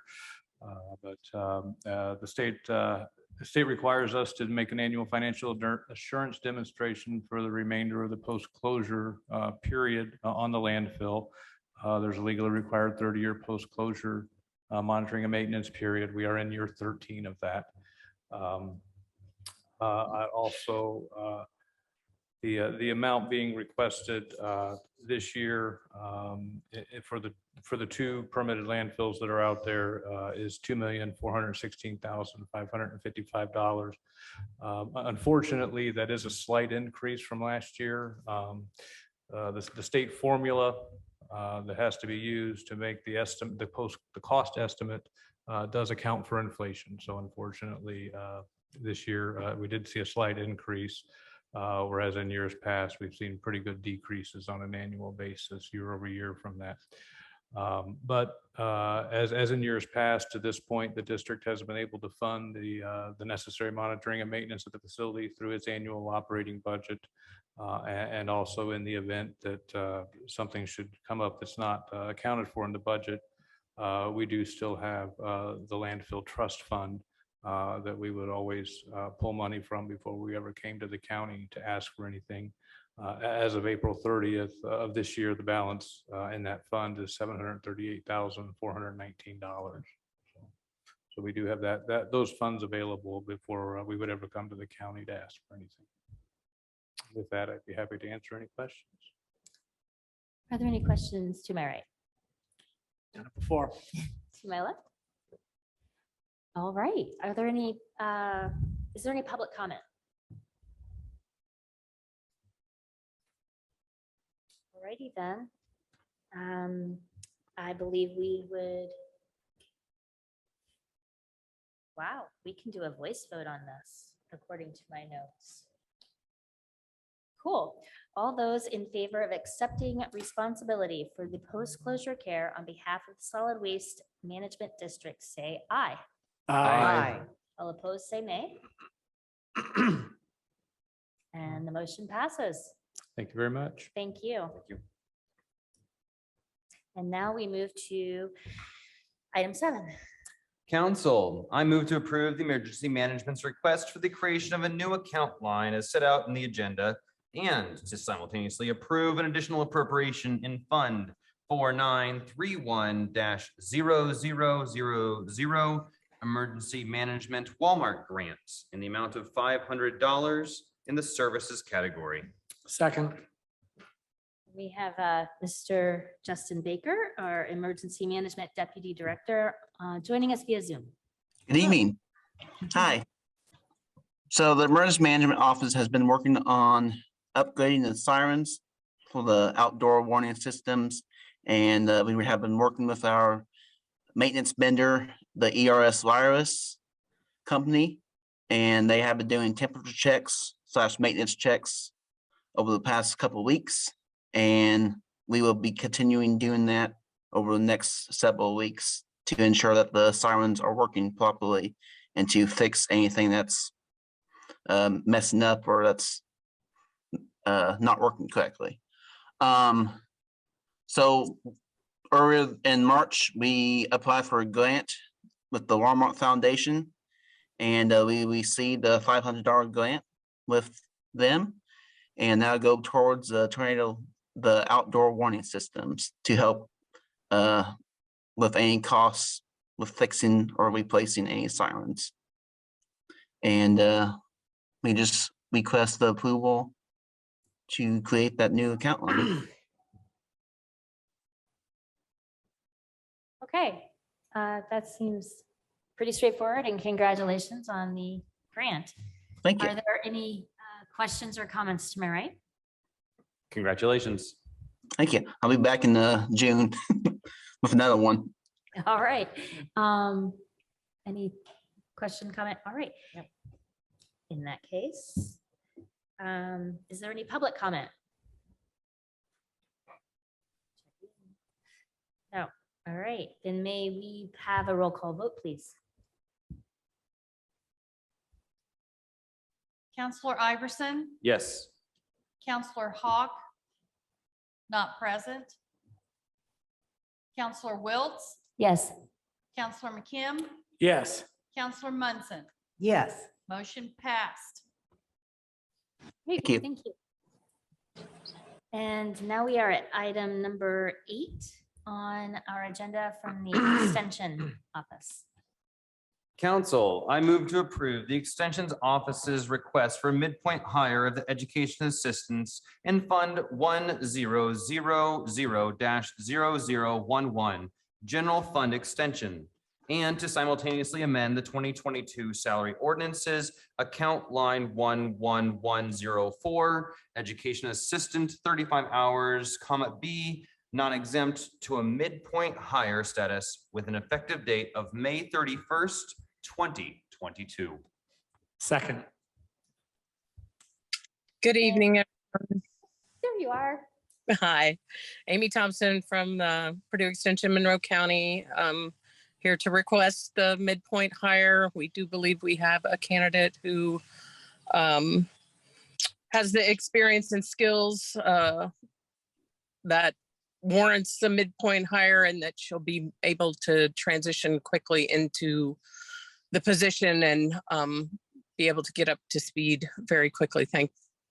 Thanks in part to her experience. So if you guys have any particular questions, you might have to coach me through this. This is only the first time I've been here for one of these midpoint hire.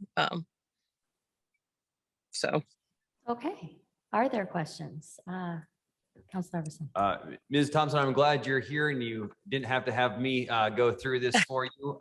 But congratulations on finding someone with 11 years of experience in the field. This looks pretty impressive. Thank you. Councilor McKim. Did the HR director review this? And if so, what were their findings? Yes, she did. Just a moment, please.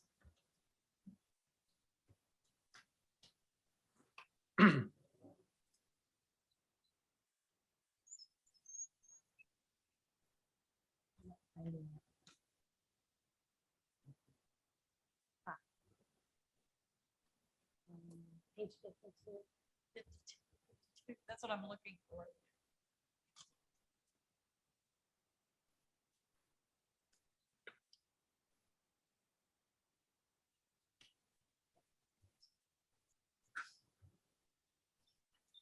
Her statement is on the screen. She has 11 years of experience in the related customer service.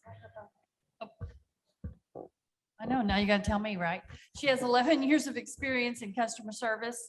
The duties were consistent with the educational materials and presentations, maintaining the database, as well as performing various administrative duties such as scheduling, maintaining appointments, and collecting fees. The candidate's resume documents the knowledge, skills, and abilities to perform these various office management related tasks.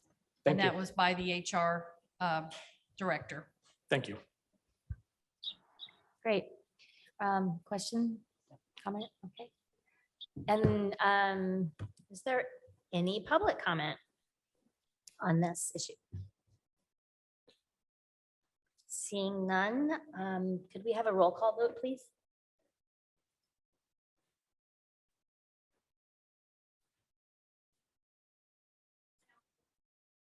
Counselor Munson, Yes.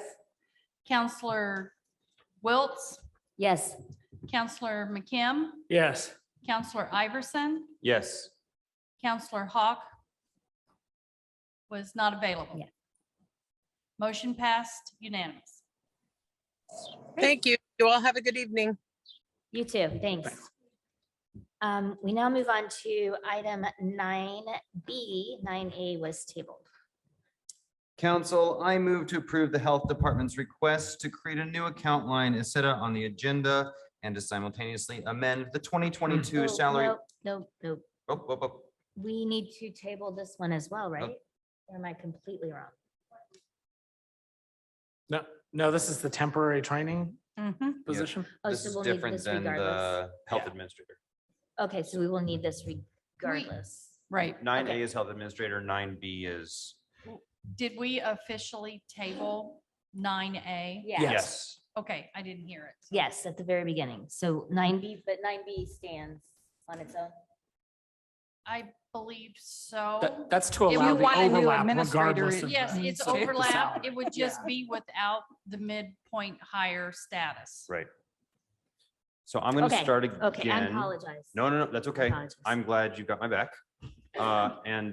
Just listen to make sure I don't make any errors here. Just leave off the last part. Yeah, just Yep. leave off the last part. Got it. All right, council. I move to approve the health department's request to create a new account line as set out on the agenda and to simultaneously amend the 2022 salary ordinance to add to Fund 1159-0000 Health Fund Account Line 16800 Transitional Temporary Training Position 35 hours, EXEA exempt. Mhm. Second.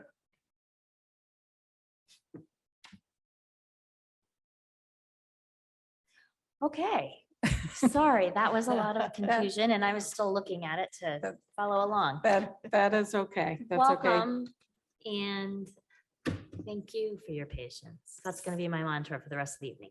Thank you. for your That's all right. patience. It's good to see you. So this is really just about succession planning and making sure that we have time for a new person coming in and going out. So we wanted to try to give as much time as possible. We built it with the idea of looking at 6 weeks. All of that will be dependent on when they actually start. Right. All right. That seems very straightforward. Are there any questions or comments from council? Any public comment? All right. In that case, could we have a roll call vote, please? Counselor Hawk, Yes. Counselor Wiltz, Yes. Counselor Munson, Yes. Counselor McKim, Yes. Counselor Iverson. Yes. Motion passed unanimous. Thank you. Item 9C. Council, I move to approve the Health Department's request to create a new account line as set out on the agenda and to simultaneously amend the 2022 salary ordinance to add to Fund 8111-0000 Crisis Coag Supplemental Workforce and account line 16800 Transitional Temporary Training Positions 35 hours Pat A, non-exempt with an effective date of May 31st, 2022. Second. Yes. Really, the same thing. As you know, we hired a school liaison and this is grant position. The experience with our health department, if they have decided to go to nursing school, so we've set them up well for that. They are actually going to be staying with us and moving back to their previous part-time position now. So we're happy about that. We anticipate having someone to start next week. And so this would give us 4 days of that succession plan and time to work together. That's fantastic. Any council comment or question? Yeah. Only that I want to nominate Counselor Iverson for a Tony for best dramatic reading of the salary ordinance. I mean, we gotta make this interesting, right? There's a lot of numbers, a lot of account lines. Oh, really? You're just trying to get it done. Yes. I really want to credit you for coming to us and doing the succession planning. This is Yeah. very important. And while it pains, I think, all of us to see, certain people leave and we wish it wasn't happening, it's really nice to know that you're leaving us in good stead. That's the plan. Yes. Other council comment? Public comment? Seeing none. May I have a roll call vote, please? Counselor McKim, Yes. Counselor Hawk, Yes. Counselor Wiltz, Yes. Counselor Munson, Yes. Counselor Iverson. Yes. Motion passed unanimous. We have one more item, do we not? All right. Council, I move to approve the Health Department's request for category transfer in Fund 8104-9622, Public Health Emergency Preparedness from the Personnel category and transfer $2,350 to the Supplies category and $6,323 in the Services category for a total transfer of $8,673. Second. All right. So we are ending our preparedness grant, runs on a July through June grant cycle, and we're nearing the end of that. So this is really just trying to utilize those funds as best we can. The state has already approved the use for these funds. So this is kind of a housekeeping on your part. But I did want to point out that one of the things that we're planning to do with these funds, with H1N1 money, we bought a poster printer and, we used that for big. So what we could really do was take a small flyer and enlarge it into a large poster, no color, but we could do that. And, after H1N1, we didn't use it a whole lot. We have used it a whole lot these past 2 years. And what the plan is, the state said, yes, you can use funds to buy a new one, a more up-to-date one, as long as you then transfer that old one, because it is still working, to a county that doesn't have it. So that is the plan for that. Cool. Are there any Recycle. questions? Comments, Great. questions, council? Any public comment? All right, all those in favor of approving the Health Department's category transfer in Fund 8104-9622, say aye. Aye. Opposed, say nay. The motion passes. Thank you very much. Thank you. Have Appreciate a it. good evening. We are finally at item 10, which is a discussion with our Soil and Water Conservation District.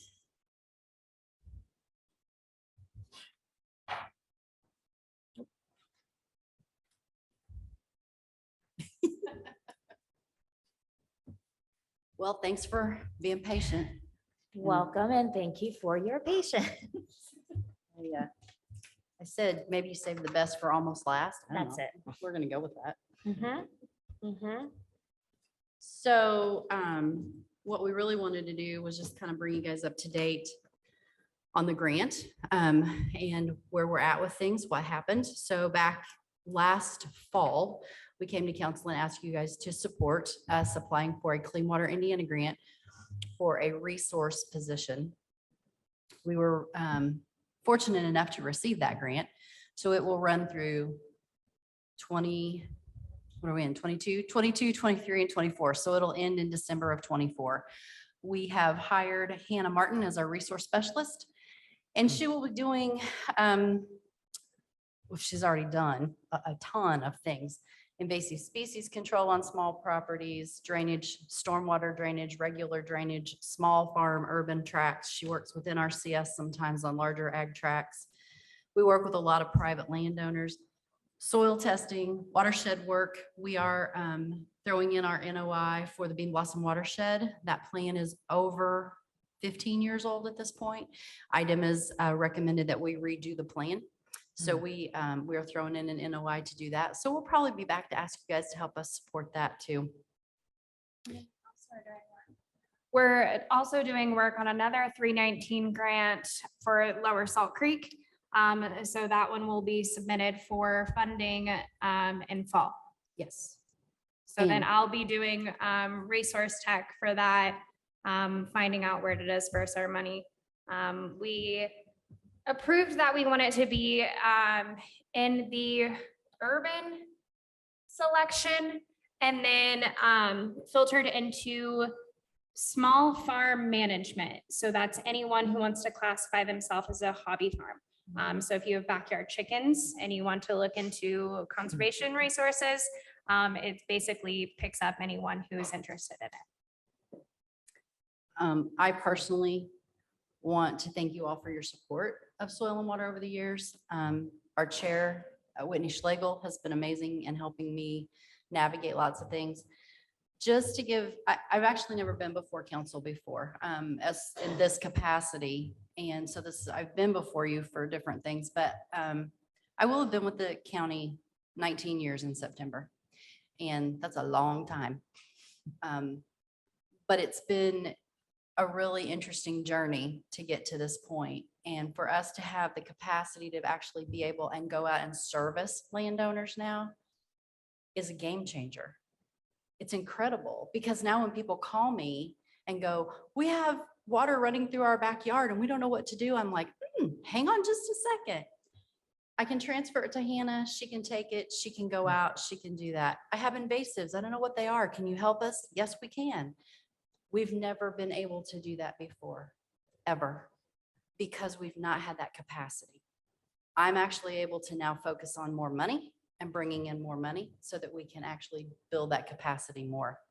So really, this is just to help you guys understand there is stuff in your packet that goes over the overview of why we wanted this money from Clean Water Indiana, what our goals are, what the specifications are, the needs. It also gives you some data summary from 14 through 2020. NRCS is our partner. They have more than doubled, I would say probably tripled at least, their requests for income for assistance. So much so that they've actually dedicated another person to our office here in Bloomington. So that speaks volumes in one area of conservation. So there's that. But just since January, just since this position has taken on, we've had 42 total site visits made, 53 soil samples collected, 42 hours of writing reports, and 275 miles driven in a personal vehicle that the district is paying mileage on. Because we don't have the capacity. We're working on trying to find ways through the loopholes to get insurance for the federal vehicles, but they're not a county employee, so they can't drive the county cars. So, you know, we have these loopholes that we're working with. We've always done that. We've always taken a penny and made it two, and that's what we're still trying to do, but we want you to be aware of what's happening. If you look, you're going to see what other counties around us in size have as far as staffing for their soil and water districts. It is not one person. Our donut counties around us, most of them have one person. They all desperately need another person too. And then on the very last page, you're gonna find a leveraging sheet for 19 and 20. I haven't done 21 yet, but you can see in 2019, the small investment made by Monroe County for my salary and office supplies, a hotspot for us to work off of the internet because we can't be connected to the internal servers through extra computers. It gets really weird and wonky the way it's all set up. But even at that, we brought back in $6.70 to the county. And then during 2020, when everything went nuts, we were still shifting and delivering trees and making sure that soil got where it needed to go. Even in 2020, we were still able to leverage $5.36. There have been years when we've had grants that we were leveraging closer to $14.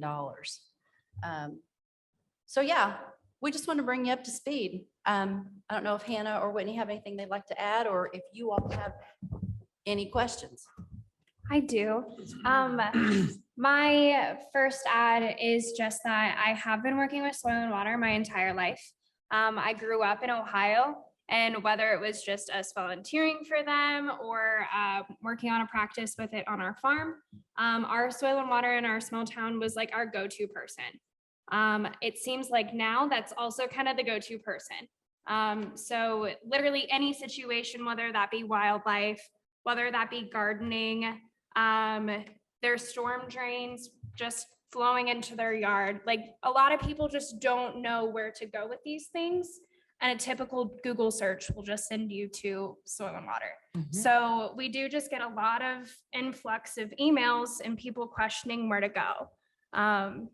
So that's wonderful. And then we also want to offer anyone to come and hang out with us for a day. About yearly, all soil and waters across the nation are required to do a tillage transect, which is driving around the county on like plotting where these specific points are that NRCS tells us to go to. We look at what the land use is used for. We even track if there's cover crops, if they're doing conservation practices, and that helps us show where to direct our education for the year. Not that we would make you guys count fields and count crops or if there's coverage on the ground, but you could hang out with us and get to know a little bit about what we do because it's a lot of everything. So hanging out with it and really realizing what we do is fun. It is. Yeah. Do you want to add anything? So I'd just like to highlight also that the Soil and Water District is a connector. Lead in, sorry. There you go. It is a connector, and it through its partnerships, it brings together the resource concerns of our county, invasive species, through our partnership with McIris, certainly our strong partnership with Stormwater, and Friends of Lake Monroe, our little gem in our county, and the people that steward that.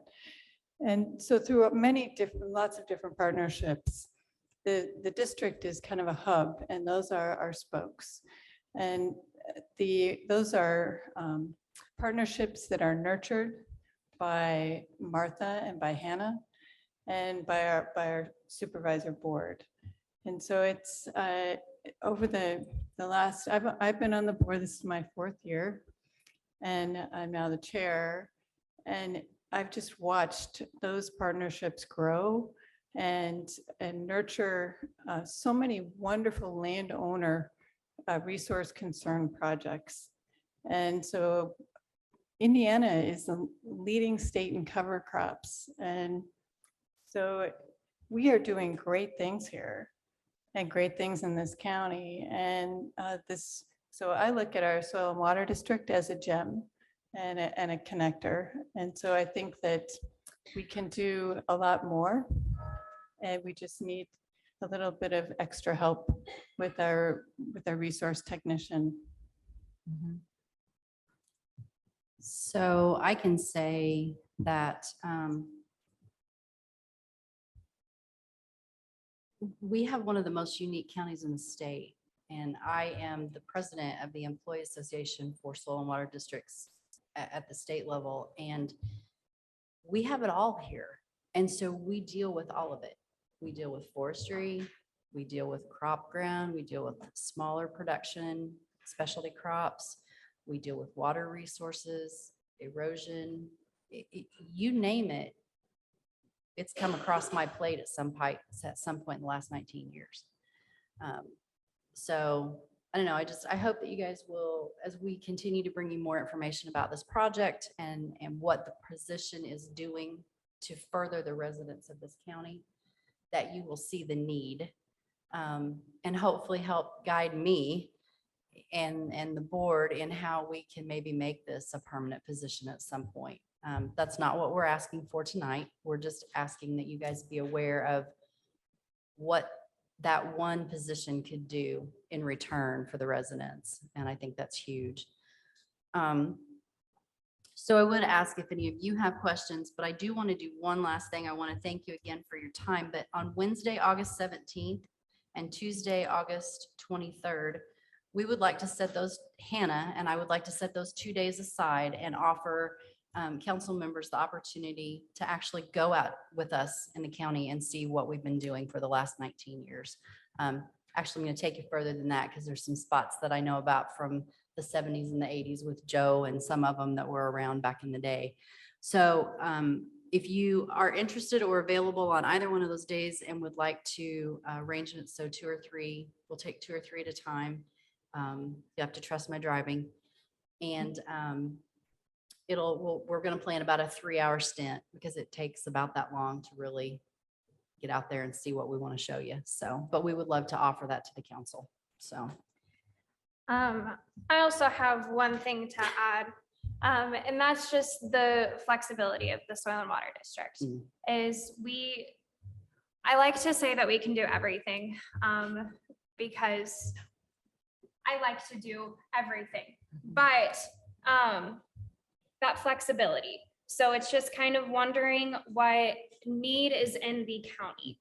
So that's what we talk to a lot of people. And the first thing we go to the farms, we say, what is your need? What is your resource concern? So your need is money for your project, but your resource concern is your erosion in your field. Yeah, that can also stem into a college student who is worried about their food production and not knowing anything about the community that they're in and how to get these resources. I recently moved to Indiana, and the thing that I was looking for was containers so that I could start a container garden. So just thinking about the widespread need of working with a farmer and then also trying to think of ways for food production. So we go wherever the need is. So that's kind of our question for you of if there is a need in the county that you guys have not seen met yet, could we help with that? And that's an email. If you guys think of something that you think that we could fill that need, let us know. Yeah. So that's my question. And then you can email us anytime if you think of something. Thank you. Thank you.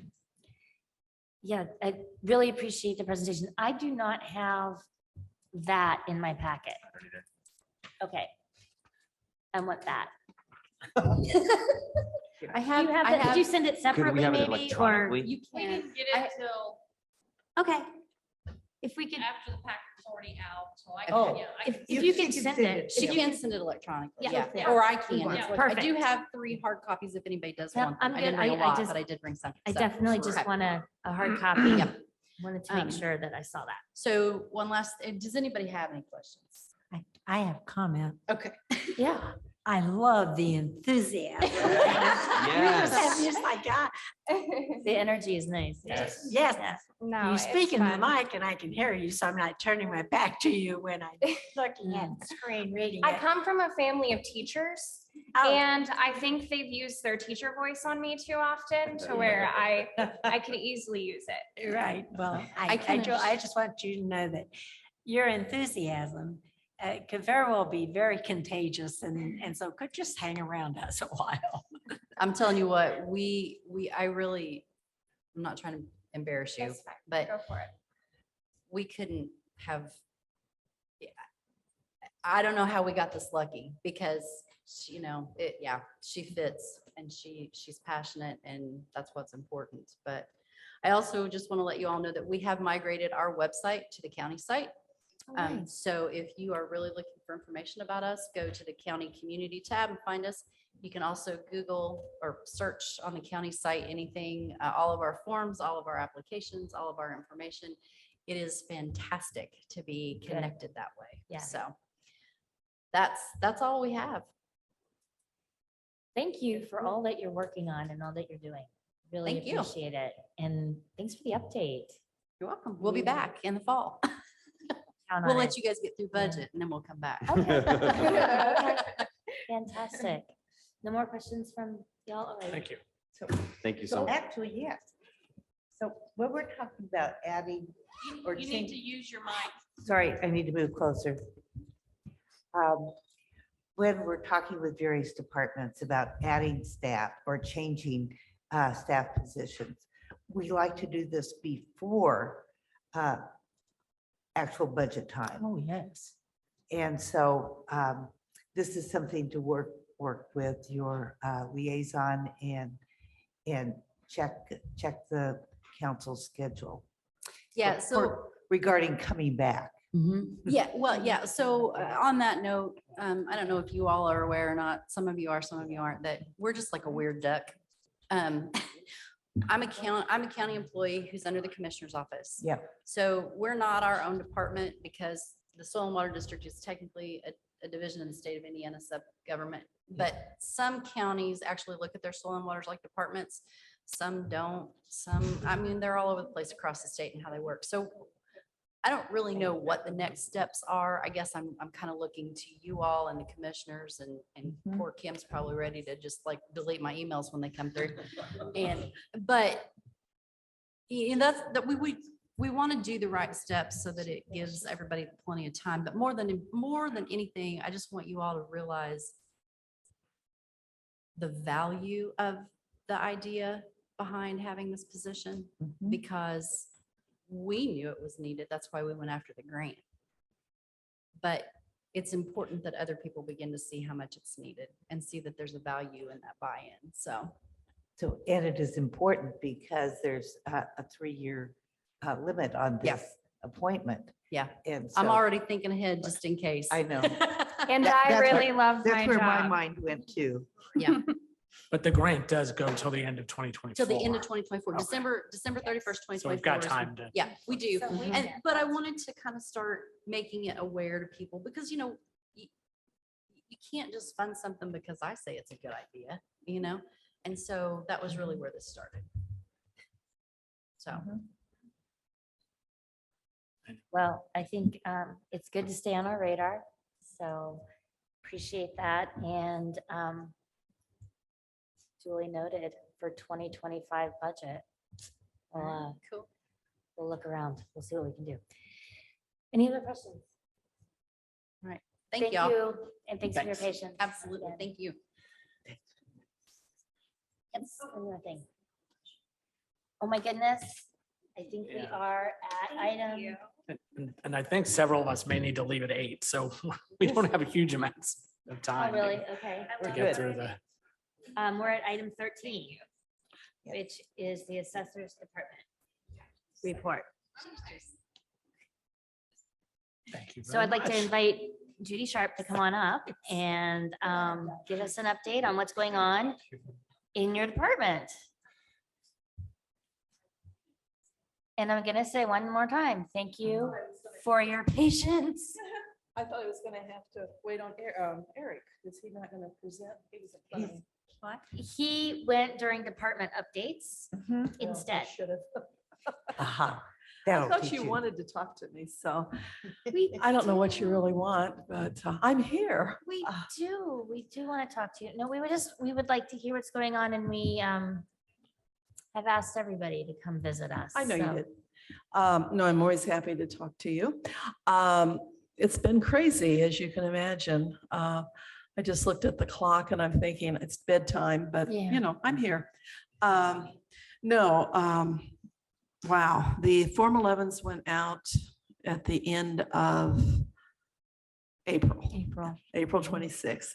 People have until June the 15th to appeal. Wood, right? This is wood. I am going to knock on wood.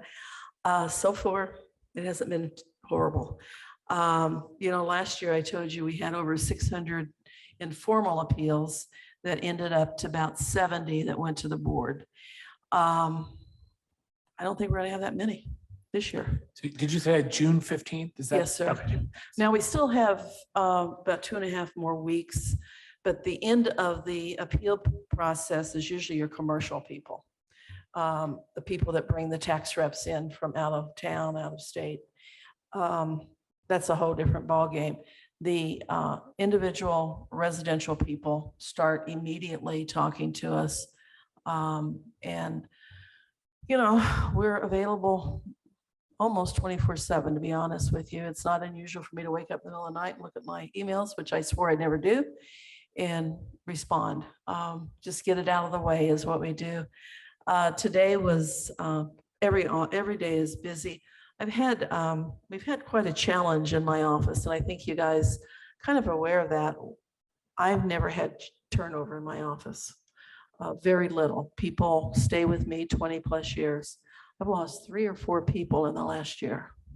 And to replace them has not been easy. It's not easy at all. It's been almost impossible.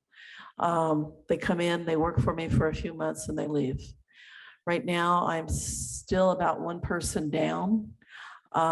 It's tough. I've got one lady on FMLA. She's been on it once before, now another 12 weeks, right in the middle of this busiest season that we have. So we're dealing with it, but it's, you can imagine the stress in the office with everybody having to do a lot more different jobs, which we're all trained to do that. So I'm not whining or anything, but it's just, you know, I've cut my office so much over the years. I never come back for any more, and I don't want to, but I've never seen the employment situation like we have now. And I'm sure you all and different, you know, different departments and different are seeing the same thing. To come to my office, you have to have skills. You have to have a skill level to start. And I lay that all out. Geez, some of the people, I mean, you know, they just don't have any qualifications, but they still apply. And I'm going, have you ever worked a computer? No.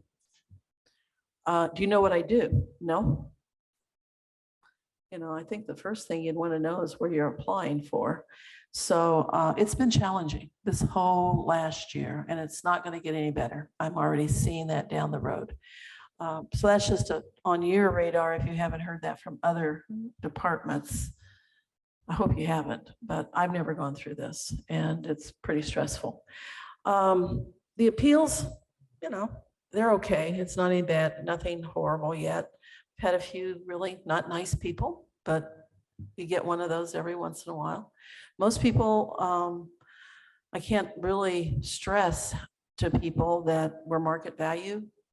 If you haven't looked at the newspaper, haven't looked at what's happening around you, you're living in a, I don't know, a bubble. I get constantly people saying there is no way my house should have gone up. I have done nothing to my house, but all around them, they're selling for $300,000-$400,000. Sorry, that little house you bought years and years ago has got to go up. So we explain it, and they get, they might not like it. They still have the, they can still appeal to the board. You know, we'll see. I just keep knocking on wood because we're afraid to really say too much. We'll get slammed tomorrow or something. But so the appeals are steady. They're going well. You guys probably have questions. I haven't gotten, I don't know that any of you have really contacted me with problems. Jeff? Not a problem. No, I just, I guess I'd like to hear what you're seeing in commercial.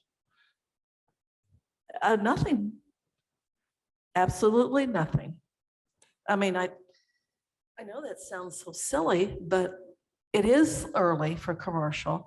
Now, our rental property owners, the ones that have all of the mom and pop rentals that I call them, where they have 3 bedrooms and they have hundreds of these rentals around the campus area and everything.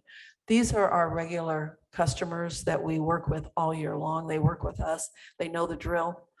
It's all based on their rent, gross rent multiplier, how much the rent they get times the gross rent multiplier. That's their value. It's not the same as a homeowner, just a regular house. And they all know that now. It's a great system that we've had over the years. They call and they say, hey, we're ready to talk. And we say, well, give me all your rent. And they give them, and we just go through them and we can knock them out within minutes. We had one gentleman in this morning that is one of our big ones. He has almost 200 houses. And, most of them were right on the mark. A few were under, a few were over. They know that if they're undervalued, we're going to raise them because it's fair. If you want me to lower something, you also have to let me raise it when we're too low. And they all agree to that. And we have a good relationship with just about every landlord in this community. Can't think of any that really that really are not nice. There's no reason not to be nice. It's very simple. They set the market once again. And boy, is that market going crazy. The houses that they're buying, they're spending a fortune. And the gentleman I had in this morning, he's still, we kind of look at him every year because he's not old by any means, but that's a lot of work over almost 200 houses. He's still buying. And we have to laugh at him because I'm like, well, you just set that market. He's, I know. And so it's okay. I just appreciate how most of the people know what we do, work with us, we work with them. There's not really too many issues. I sent you all when we hit the button, as I call it every year, with the new values. You know what I didn't tell you? I kind of forgot about personal property. We've put on over $2 billion, not 1.8 or 9. I forgot all about our personal property. I always forget that group of people. And so you're looking at a $2 billion increase in assessed valuation. That's gross. Now the auditor's office is going to wipe out a whole bunch of that but they can't wipe out that much. So easily over $1 billion of new revenue or new AV. So I expect a raise. Just telling you. No, really, this was just amazing. I keep thinking that we might have made a humongous mistake, but we didn't. And just so much value. And it was equal. You're asking about commercial, Jeff. It was equally increased between residential and commercial. It was like 15%, 16% growth on those two. So that just shows you how it all plays together. And we're going to have the same next year. Maybe not quite this much, but it's going to be way up there because we're already picking it up. And I'm already seeing values because we already are working in 23, pay 24. And we're already seeing the values still going higher than they went this past year. So the good news is it's a thriving community. The bad news is it's a thriving community because people don't like their taxes. And you all know this, and I forget to tell the public until they remind me, just because your assessment went up 100%, that doesn't mean your taxes are going to run up 100%. Absolutely. Amen. Thank you. Thank you. That is Rate control funds, they will. right, but that's only like 5% of the total levy. That's Yeah, I'm just saying you could keep. I know, have and to I take that into I was actually interviewed yesterday for TV. I guess I don't even know who they are that come in. I just like, okay, sit down, we'll talk. It was WTIU, I believe. The lady's been trying to interview me, so was sitting there for about an hour, and she had some really good questions. A young lady here locally, and she asked the right questions, so I got a lot of that out. And because that's probably what makes people more upset. They think that their taxes are going to go up as much as their assessment, and they will not. I can't tell you what the tax rate will be next year. It should go down. I'm scared to death to say that, but this kind of value we've never seen. And our spending isn't going up, I don't think. So you should see the tax rate go down. You should. If it doesn't, I don't know what to do It's because the people that make decisions on more and more bonding, because I know. that's going to raise that tax rate. Every time you raise that bond up higher and higher, and it used to be we could only do $1 million bond. Then they said, well, you can do a $2 million bond. and a Now 10 they and a say you 40. can do a $5 million bond. And if everybody does that, you're not going to hold that tax rate down. Well, that's And one so thing. those are parts that, but what I wanted to mention, because I know you've been doing a lot of public speaking, and I noticed you're doing one for the Board of Realtors tomorrow. So Tomorrow? isn't that tomorrow? Oh, God, I guess. I better go down and look at my Is it? schedule. No, I think it is. It's tomorrow, Wednesday, isn't it? Tomorrow is Wednesday, Tomorrow's yes. Wednesday. Okay, I'll go down and look to make sure. You It doesn't better- matter. I can just well, talk I'm going to anytime. show up, so you better. So, but when I was listening to the radio spot that you did with Eric Spoonmore and a lady who owned rentals or something, I really was concerned when she said she didn't think the landlords, it sounded like she was saying she didn't think the landlords would pass on that higher tax bill to the tenants. And I thought, I don't know of many landlords that says, well, I've got this much higher tax bill, I guess I'll just pay it. And I would expect tenants to pay it because, oh, there's no tenants out there. I mean, so that I just wanted to make sure that people understand that the higher tax rate against that assessed value, that can, you know, they're not going to hit that circuit breaker until they get to 2% of their value. And so that means that they're not going to be hitting that circuit breaker. They're actually going to have to come up with the dollars. And so that's why it's important for renters to understand, oh, well, I don't have to worry about this. That's, you know, I don't pay taxes. Well, yes, if you're going to Yes, you pay do. rent, you're going to be paying taxes. Yeah. But And it's any unforced. landlord has got to raise the rent. I mean, that's just a good businessman. If you don't, then I can't do anything for you. That is another thing about appeals. When people come in and say, oh, out of the goodness of my heart, I'm letting my son live in that house. Okay.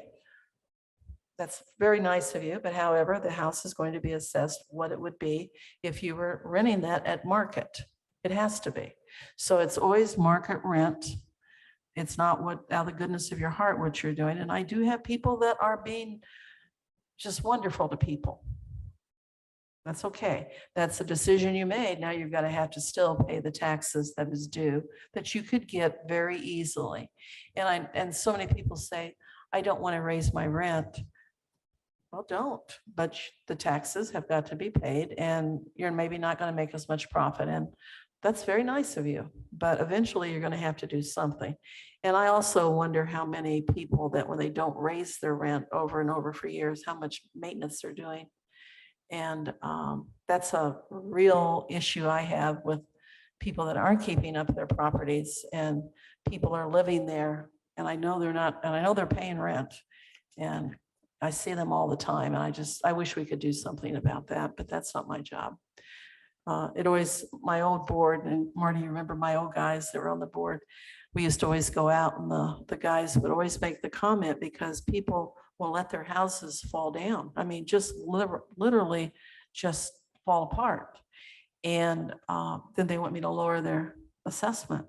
And my old guys used to say they should be raised because it's not fair to the people around them that you've chose to live like this and bring everybody else down.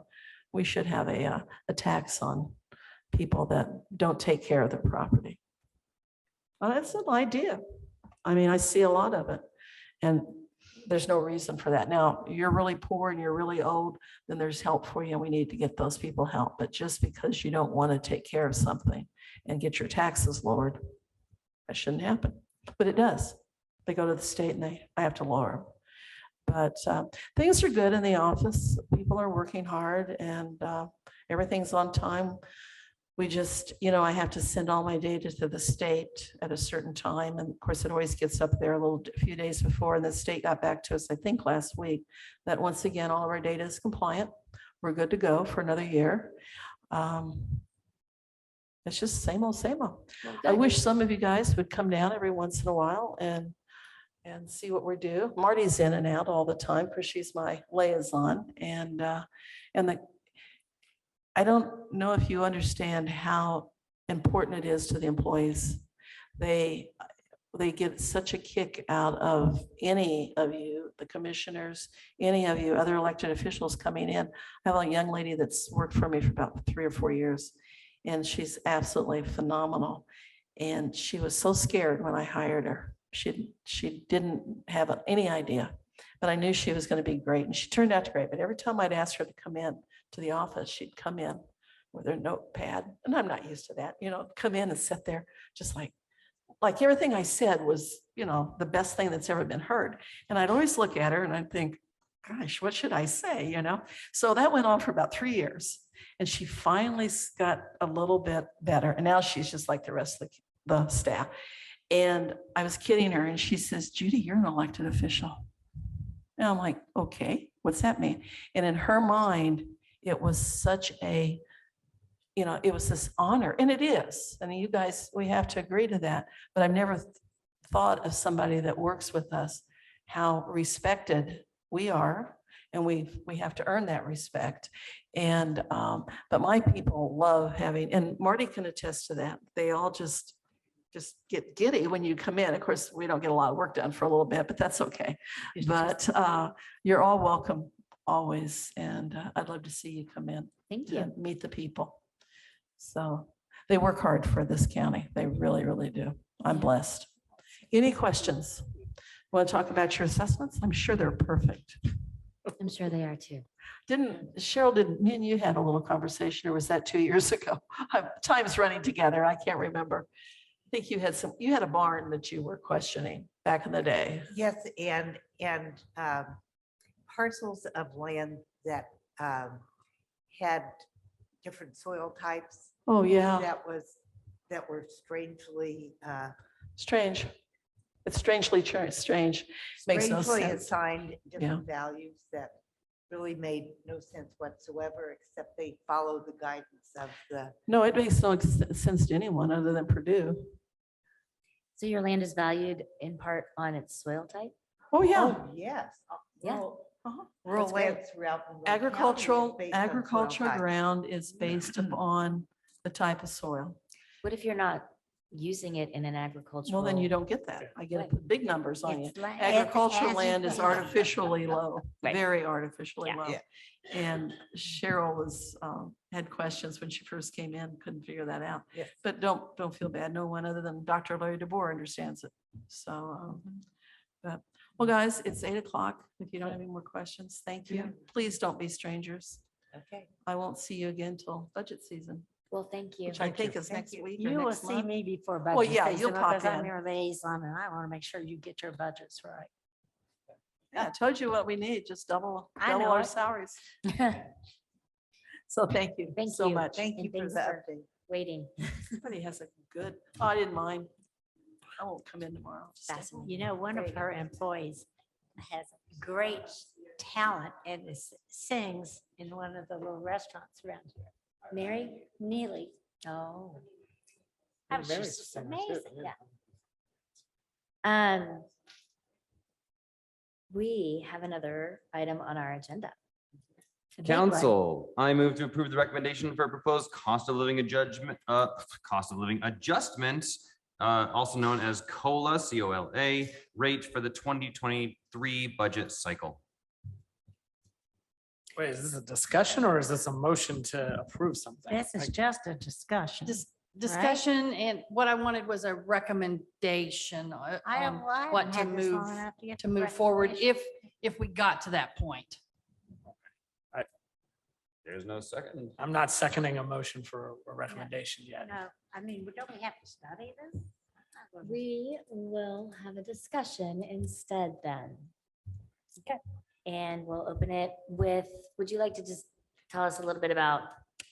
I put it on the screen so everybody could see it, but I was asked to put together a comparison of the COLA with regards to a 1% and a $1 increase.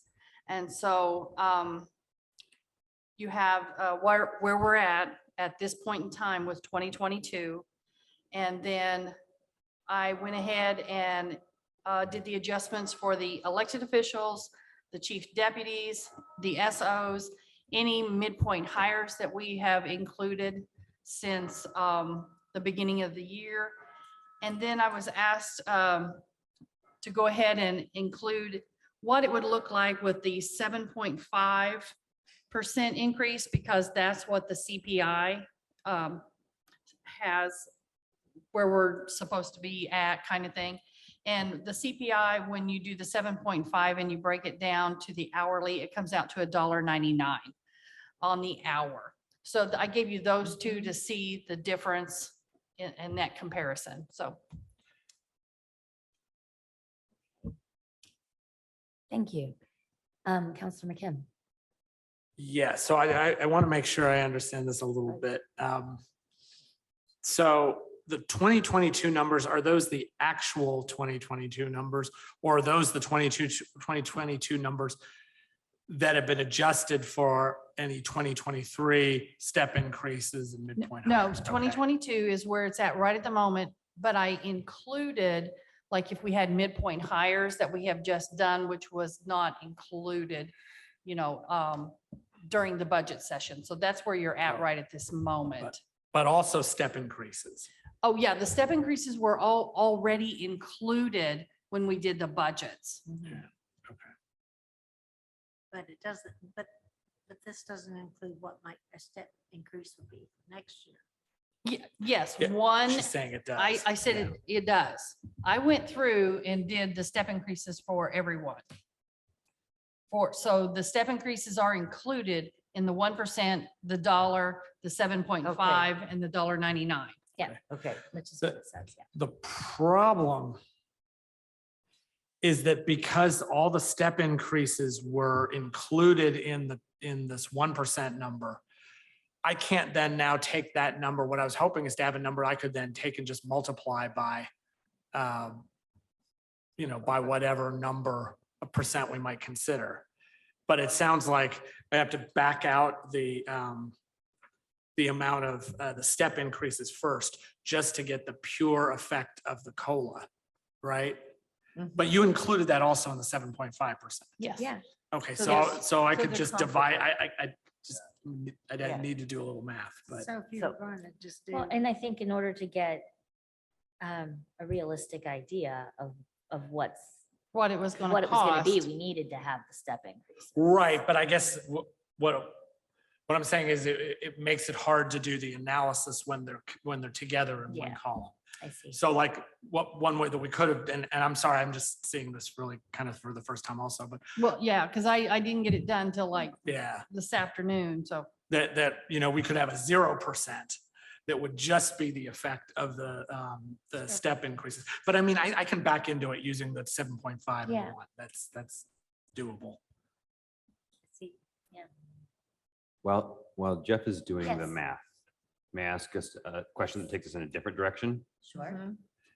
Earlier in our meeting today, it was suggested that WIS would recommend that we go with a % increase as opposed to a dollar increase. And I was wondering if you could weigh in on your understanding of WIS's guidelines and the process we just went through with WIS. that is my understanding from WIS, is that they would like for us to continue with a percentage increase, and then that keeps everyone at the same levels moving forward. So you get the increase, but we're not compacting the difference between the classifications. Because with a dollar amount, it benefits the lower paid employees. So that kind of brings that up. But if you keep it at a percentage, it keeps all of the classifications where they should be moving forward. So, and I know that we were doing flat rates for a while because we were trying to bring up the lower paid employees because we were so far behind with keeping up with the COLA. But the step increases that we did through WIS took care of a lot of that. Yes, it did. So that brought us right up to where we needed to be for 2022. And I was really proud of a $15 minimum wage and then inflation hit. Exactly. So, and so, I mean, everybody was really excited at the time. We got these nice, increases and everything, but then it was like, it was wiped out. Yeah.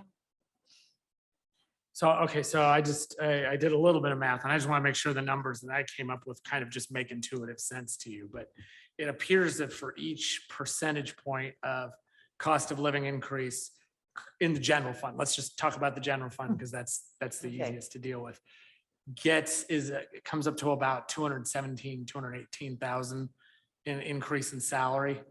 And then if you add on the perf and FICA to that, it comes out to about 265,000. So does that kind of that's about make where I would, intuitive sense? That's So, For okay, which so one? For which one? for the well, just let's say for the general fund, each percentage point COLA increase costs us 265,000. For each percent. Right, each percentage point in salary, FICA and perf. Yeah. And so then when I look at one of the things I like to do is compare that to what the general fund's revenue sources will naturally increase at. So let's say that the maximum levy growth factor is, let's say 4.2%. It's 4.3 this year. I don't know what it's. Supposed to be 5 next. Oh, is it gonna be 5? Well, Okay. I'm Well, just, that was just what FSG said that he thought it was gonna be 5. I Okay. sent you a text saying it. Oh, okay. I'm I sorry. think I must did. have missed You have that. nothing else to do. Well, I but put watch in, it. well, okay, so I'm still gonna call it 4.2. So I'm in Okay. 4.2. That gives us almost $800,000 in additional revenue. And then let's say 5% on the lit, not counting the new economic development lit. There's a regular old lit that goes into the general fund, gives us about 668,000. So that's a total of a little under 1.5 million. So if all that growth went solely to cost of living, assuming all other things are absolutely flat, which we know they're not, but everything that's flat, everything else is flat, that buys us about a 5% cost of living increase. So that's essentially, The benefits too. that's including the perf and FICA. Okay. So if you, maybe a little bit less than 4.8%. And that doesn't count adding any new that doesn't. Oh, yeah. count No, that's nothing, totally right, all just other like things being. Everybody's That is sitting there, literally, huh? if we've dedicated all of our increased lit and all of our increased property tax to cost of living increase, it buys us close to a 5%. Yeah, and I was thinking more like a 4.5. So. Yeah, so, no, yeah. all right, so these numbers. What was jive. the CPI? 7.5. And not just a 1 year CPI, but that's the average over, what we do that, don't we do it over an average number of years to determine? growth quotient is what you're The growth talking about. quotient is. Yeah, the Yes, that's- CPI is the previous December to Yeah, December. so Yeah. we've used, in the past, we've used December to December. increase. Yeah, we don't always hit it, but No. we always consider it. Yeah. So, and I'm not, that was what I was giving was not particularly an argument for or against anything. It's just to kind of calibrate everybody's understanding of what those numbers mean. Yeah. No, I appreciate And of that. course, that just assumes, 5% lit increase. Maybe it'll be better than that. Mhm. And maybe that, the maximum levy growth will be 5%. Well, I haven't looked at the numbers. I just listened to him speak and that's where he thought they'd be. And then he said he thought, well, at some point in time, they may cap that, but are you okay over there? But I think when this legislation was put through, remember, it used to always be about 5%. And then years and years ago, they changed it and said, well, no, we're going to use this 6-year average to come up with growth percent. So I think when they did that, they said it could go up to as high as 6. And now he didn't say that, but, and I don't think he remembers that. He might not even been working with this when this happened. I mean, you know, how many years ago was it? But it's so it, and the reason why he thought it was going to go up that high is because he was looking at the numbers. So wouldn't it? But once again, if it does grow up that much, that just means that's how much more taxes that we are saying we'll place on folks. So. And my other question on the whole increase, et cetera, is are we going to look at those positions? And that's part of what was in this class that I watched today, that are the ones that are most on the bubble. And part of them is like the drivers for the highway and jail and law enforcement. So those employees. Those are most what? The ones that we might want to consider giving a bigger bump up, because really our WIS study is way out of date now when it comes to the truck drivers, the CDL, you know, you have to have that license, whatever. So that's out of date. And we also know that we can't seem to keep employees at the jail. So that's your biggest thing that we have to worry about. It isn't like we say, well, we just went over the jail today. I mean, we have to have those jailers. So I guess my biggest concern is, and I don't have any problem with the numbers I'm seeing now. Those seem like reasonable amounts for cost of living increase for employees. 5% or more seems reasonable to me, but it's kind of that the process sort of forces us to make a guess right now without any information. I mean, we really have nothing. We've not done any analysis, and we don't have any of the inputs that we would use. So, the alternative is to go along with the president's budget letter, which was essentially, was it not to submit flat budgets? And that's often, the way we handle it, so that we can calculate the cost of living increase once we have more information. You always hate to do that, because then some employees interpret that as, oh, they're going to try to not give you a raise, which is not, of course, not true at all. But it is a little bit hard for us to just kind of pluck a number out without any inputs. Right, until we just get it. Right now, we're looking at it. No, So talking about the inputs, we don't get that information until sometimes in August. Right. So that. And that's what I want to try to avoid is August, kind of thing. So, but almost I no matter think what we would pick, we will be changing it based we're on going the to be numbers. changing it. I mean, Yeah. most likely. I suppose there's a chance that we would get it We'd exactly nail what it. we Right. wanted, Right. but I'm not sure it's worth.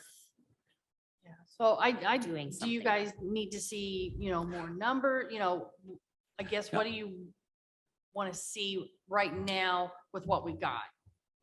I think you provided Yeah, what we okay. know All right. now. Right.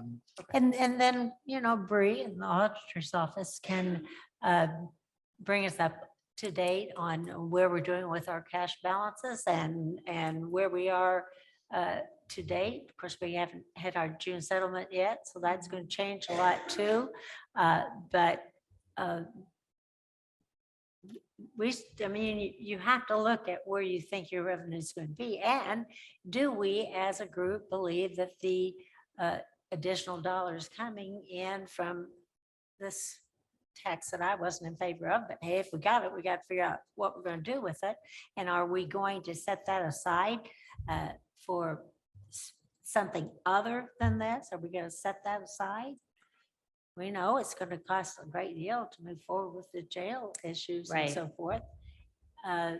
So if we're going to set that aside and say we're not going to use that for overall increases, well, that's a part of our decision too, or whoever's gonna make that decision, yeah. And I think doesn't the statute basically sets it aside for us, right? It's gonna go in a separate fund. It doesn't get dumped into the general fund. Well, I Um, understand, but you could also use that separate fund for a Right. lot of things. Yeah, I agree, but I would think that would be a mistake until we know what the new justice.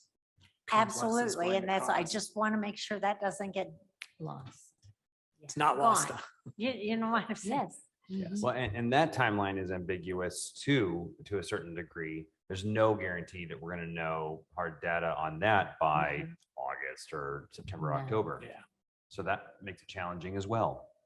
But we don't have to know that. I mean, as long as the new economic development tax is separate, which it is. It is. Yeah. And as long as we treat it as separate, we don't need to know that until we need to know it, until we have that, Right.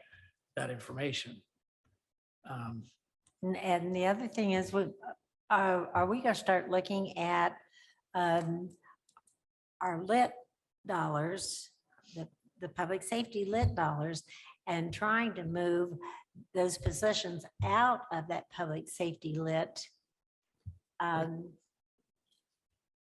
And only leave those positions in there that's truly law enforcement and jail, the ones that are in there, simply because depending on what happens with the city and whether or not there's any reduction in the money going into 911 into central dispatch, we don't know what's going to happen with that unless somebody's got a report.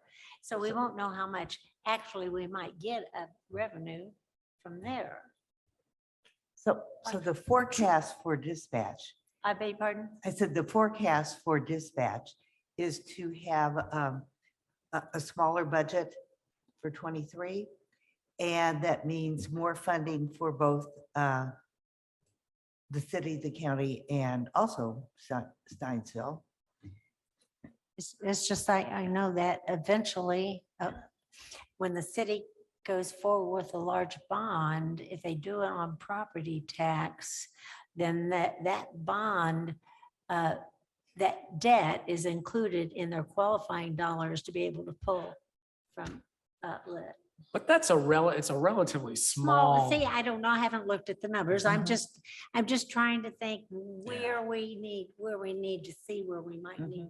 You know how we do, it's like, okay, we move things over from general over to public safety. Yeah. How long have we been doing that? And have we done it to the detriment of being able to take care of law enforcement in jail and whatever we need to do in there?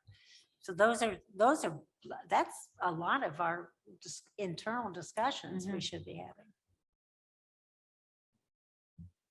So with respect to guidance for Kim, and as I also think that is it just two? I feel like half the room's missing, but it's just two of us that are here. Yeah. They're such important personalities.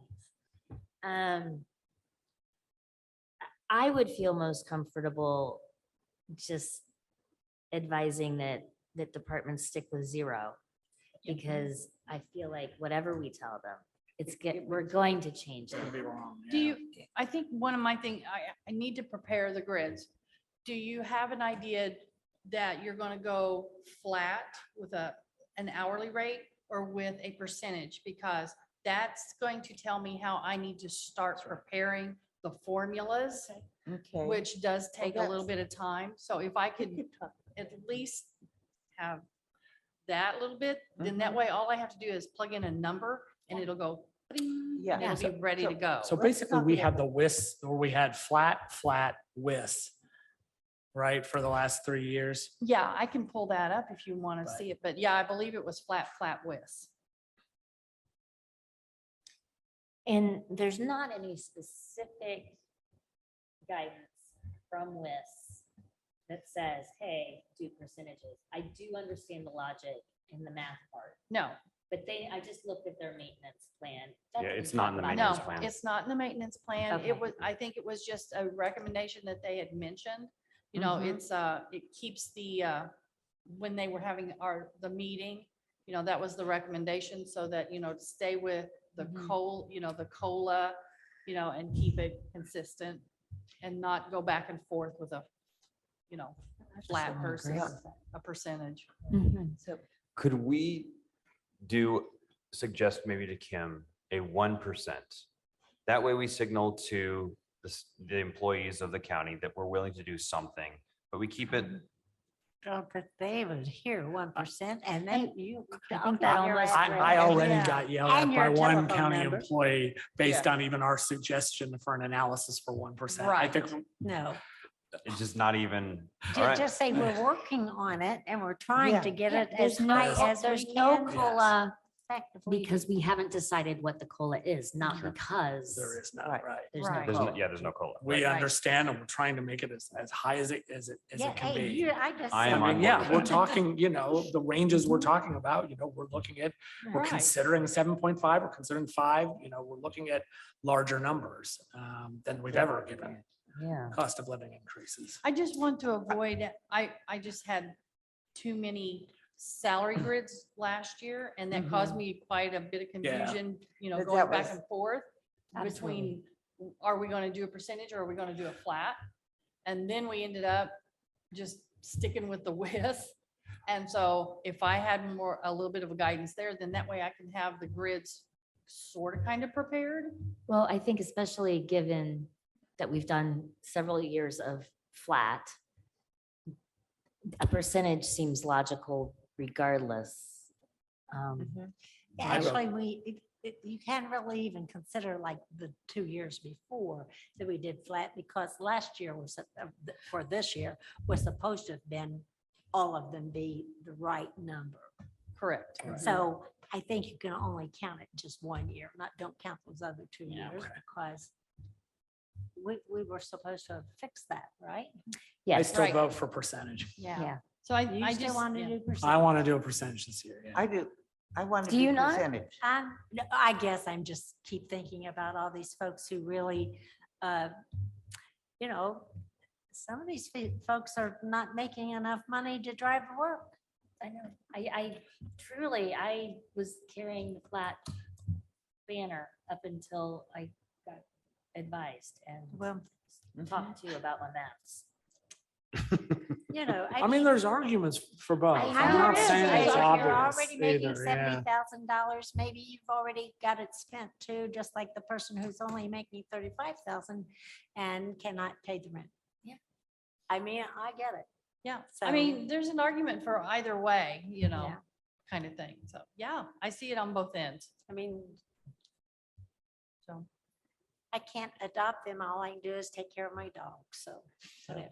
So I think for the employees who are anxious about this and would like to know something now, letting them know that our delay in making a decision is not any different than previous years.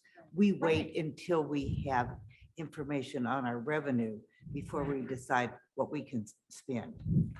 Both our revenue and if any departments are going to have some unavoidable larger than usual new expense. I mean, there are contracts that might, if the commissioner's liability insurance goes up, we don't really have any control over that. If- Right. Well, and And- also, do we know what the insurance, where we are on our self-insurance? Because I think we cut it for this year thinking there was extra money in there, but as cost of healthcare going up, in addition to which the people who did not, this was something else I learned today I spent the whole day in class, was that because people were not going in for the regular health checkups and so forth, that they expect to see more and more people with higher health bills in 23 and 24. And so we may need to boost up some reserves for our self-insurance funds. So we did recommend 12,000. We per recommended person. 12,000 or 12,000 per position, which is $500 more than what we're currently doing. But speaking with Angie, she's not going to have any numbers until after the June 30th because they got to pull those reports. So she said 12,000 is a good start, but she's not sure if that's where it will need to end. So. See, there's just too many because of their- variables that the- just. Because of the cost. We Yeah. can't make a mistake. Yeah. Well, I mean, I know we'll make some I was mistakes. gonna say, We'll make a few- that's a pretty we'll high make a few bar. mistakes. We need to have as much information as we can, so we're making informed decisions. Right, right. Right. So, and so, I mean, I believe you put that in the letter that we're doing 12,000 per Yes. position.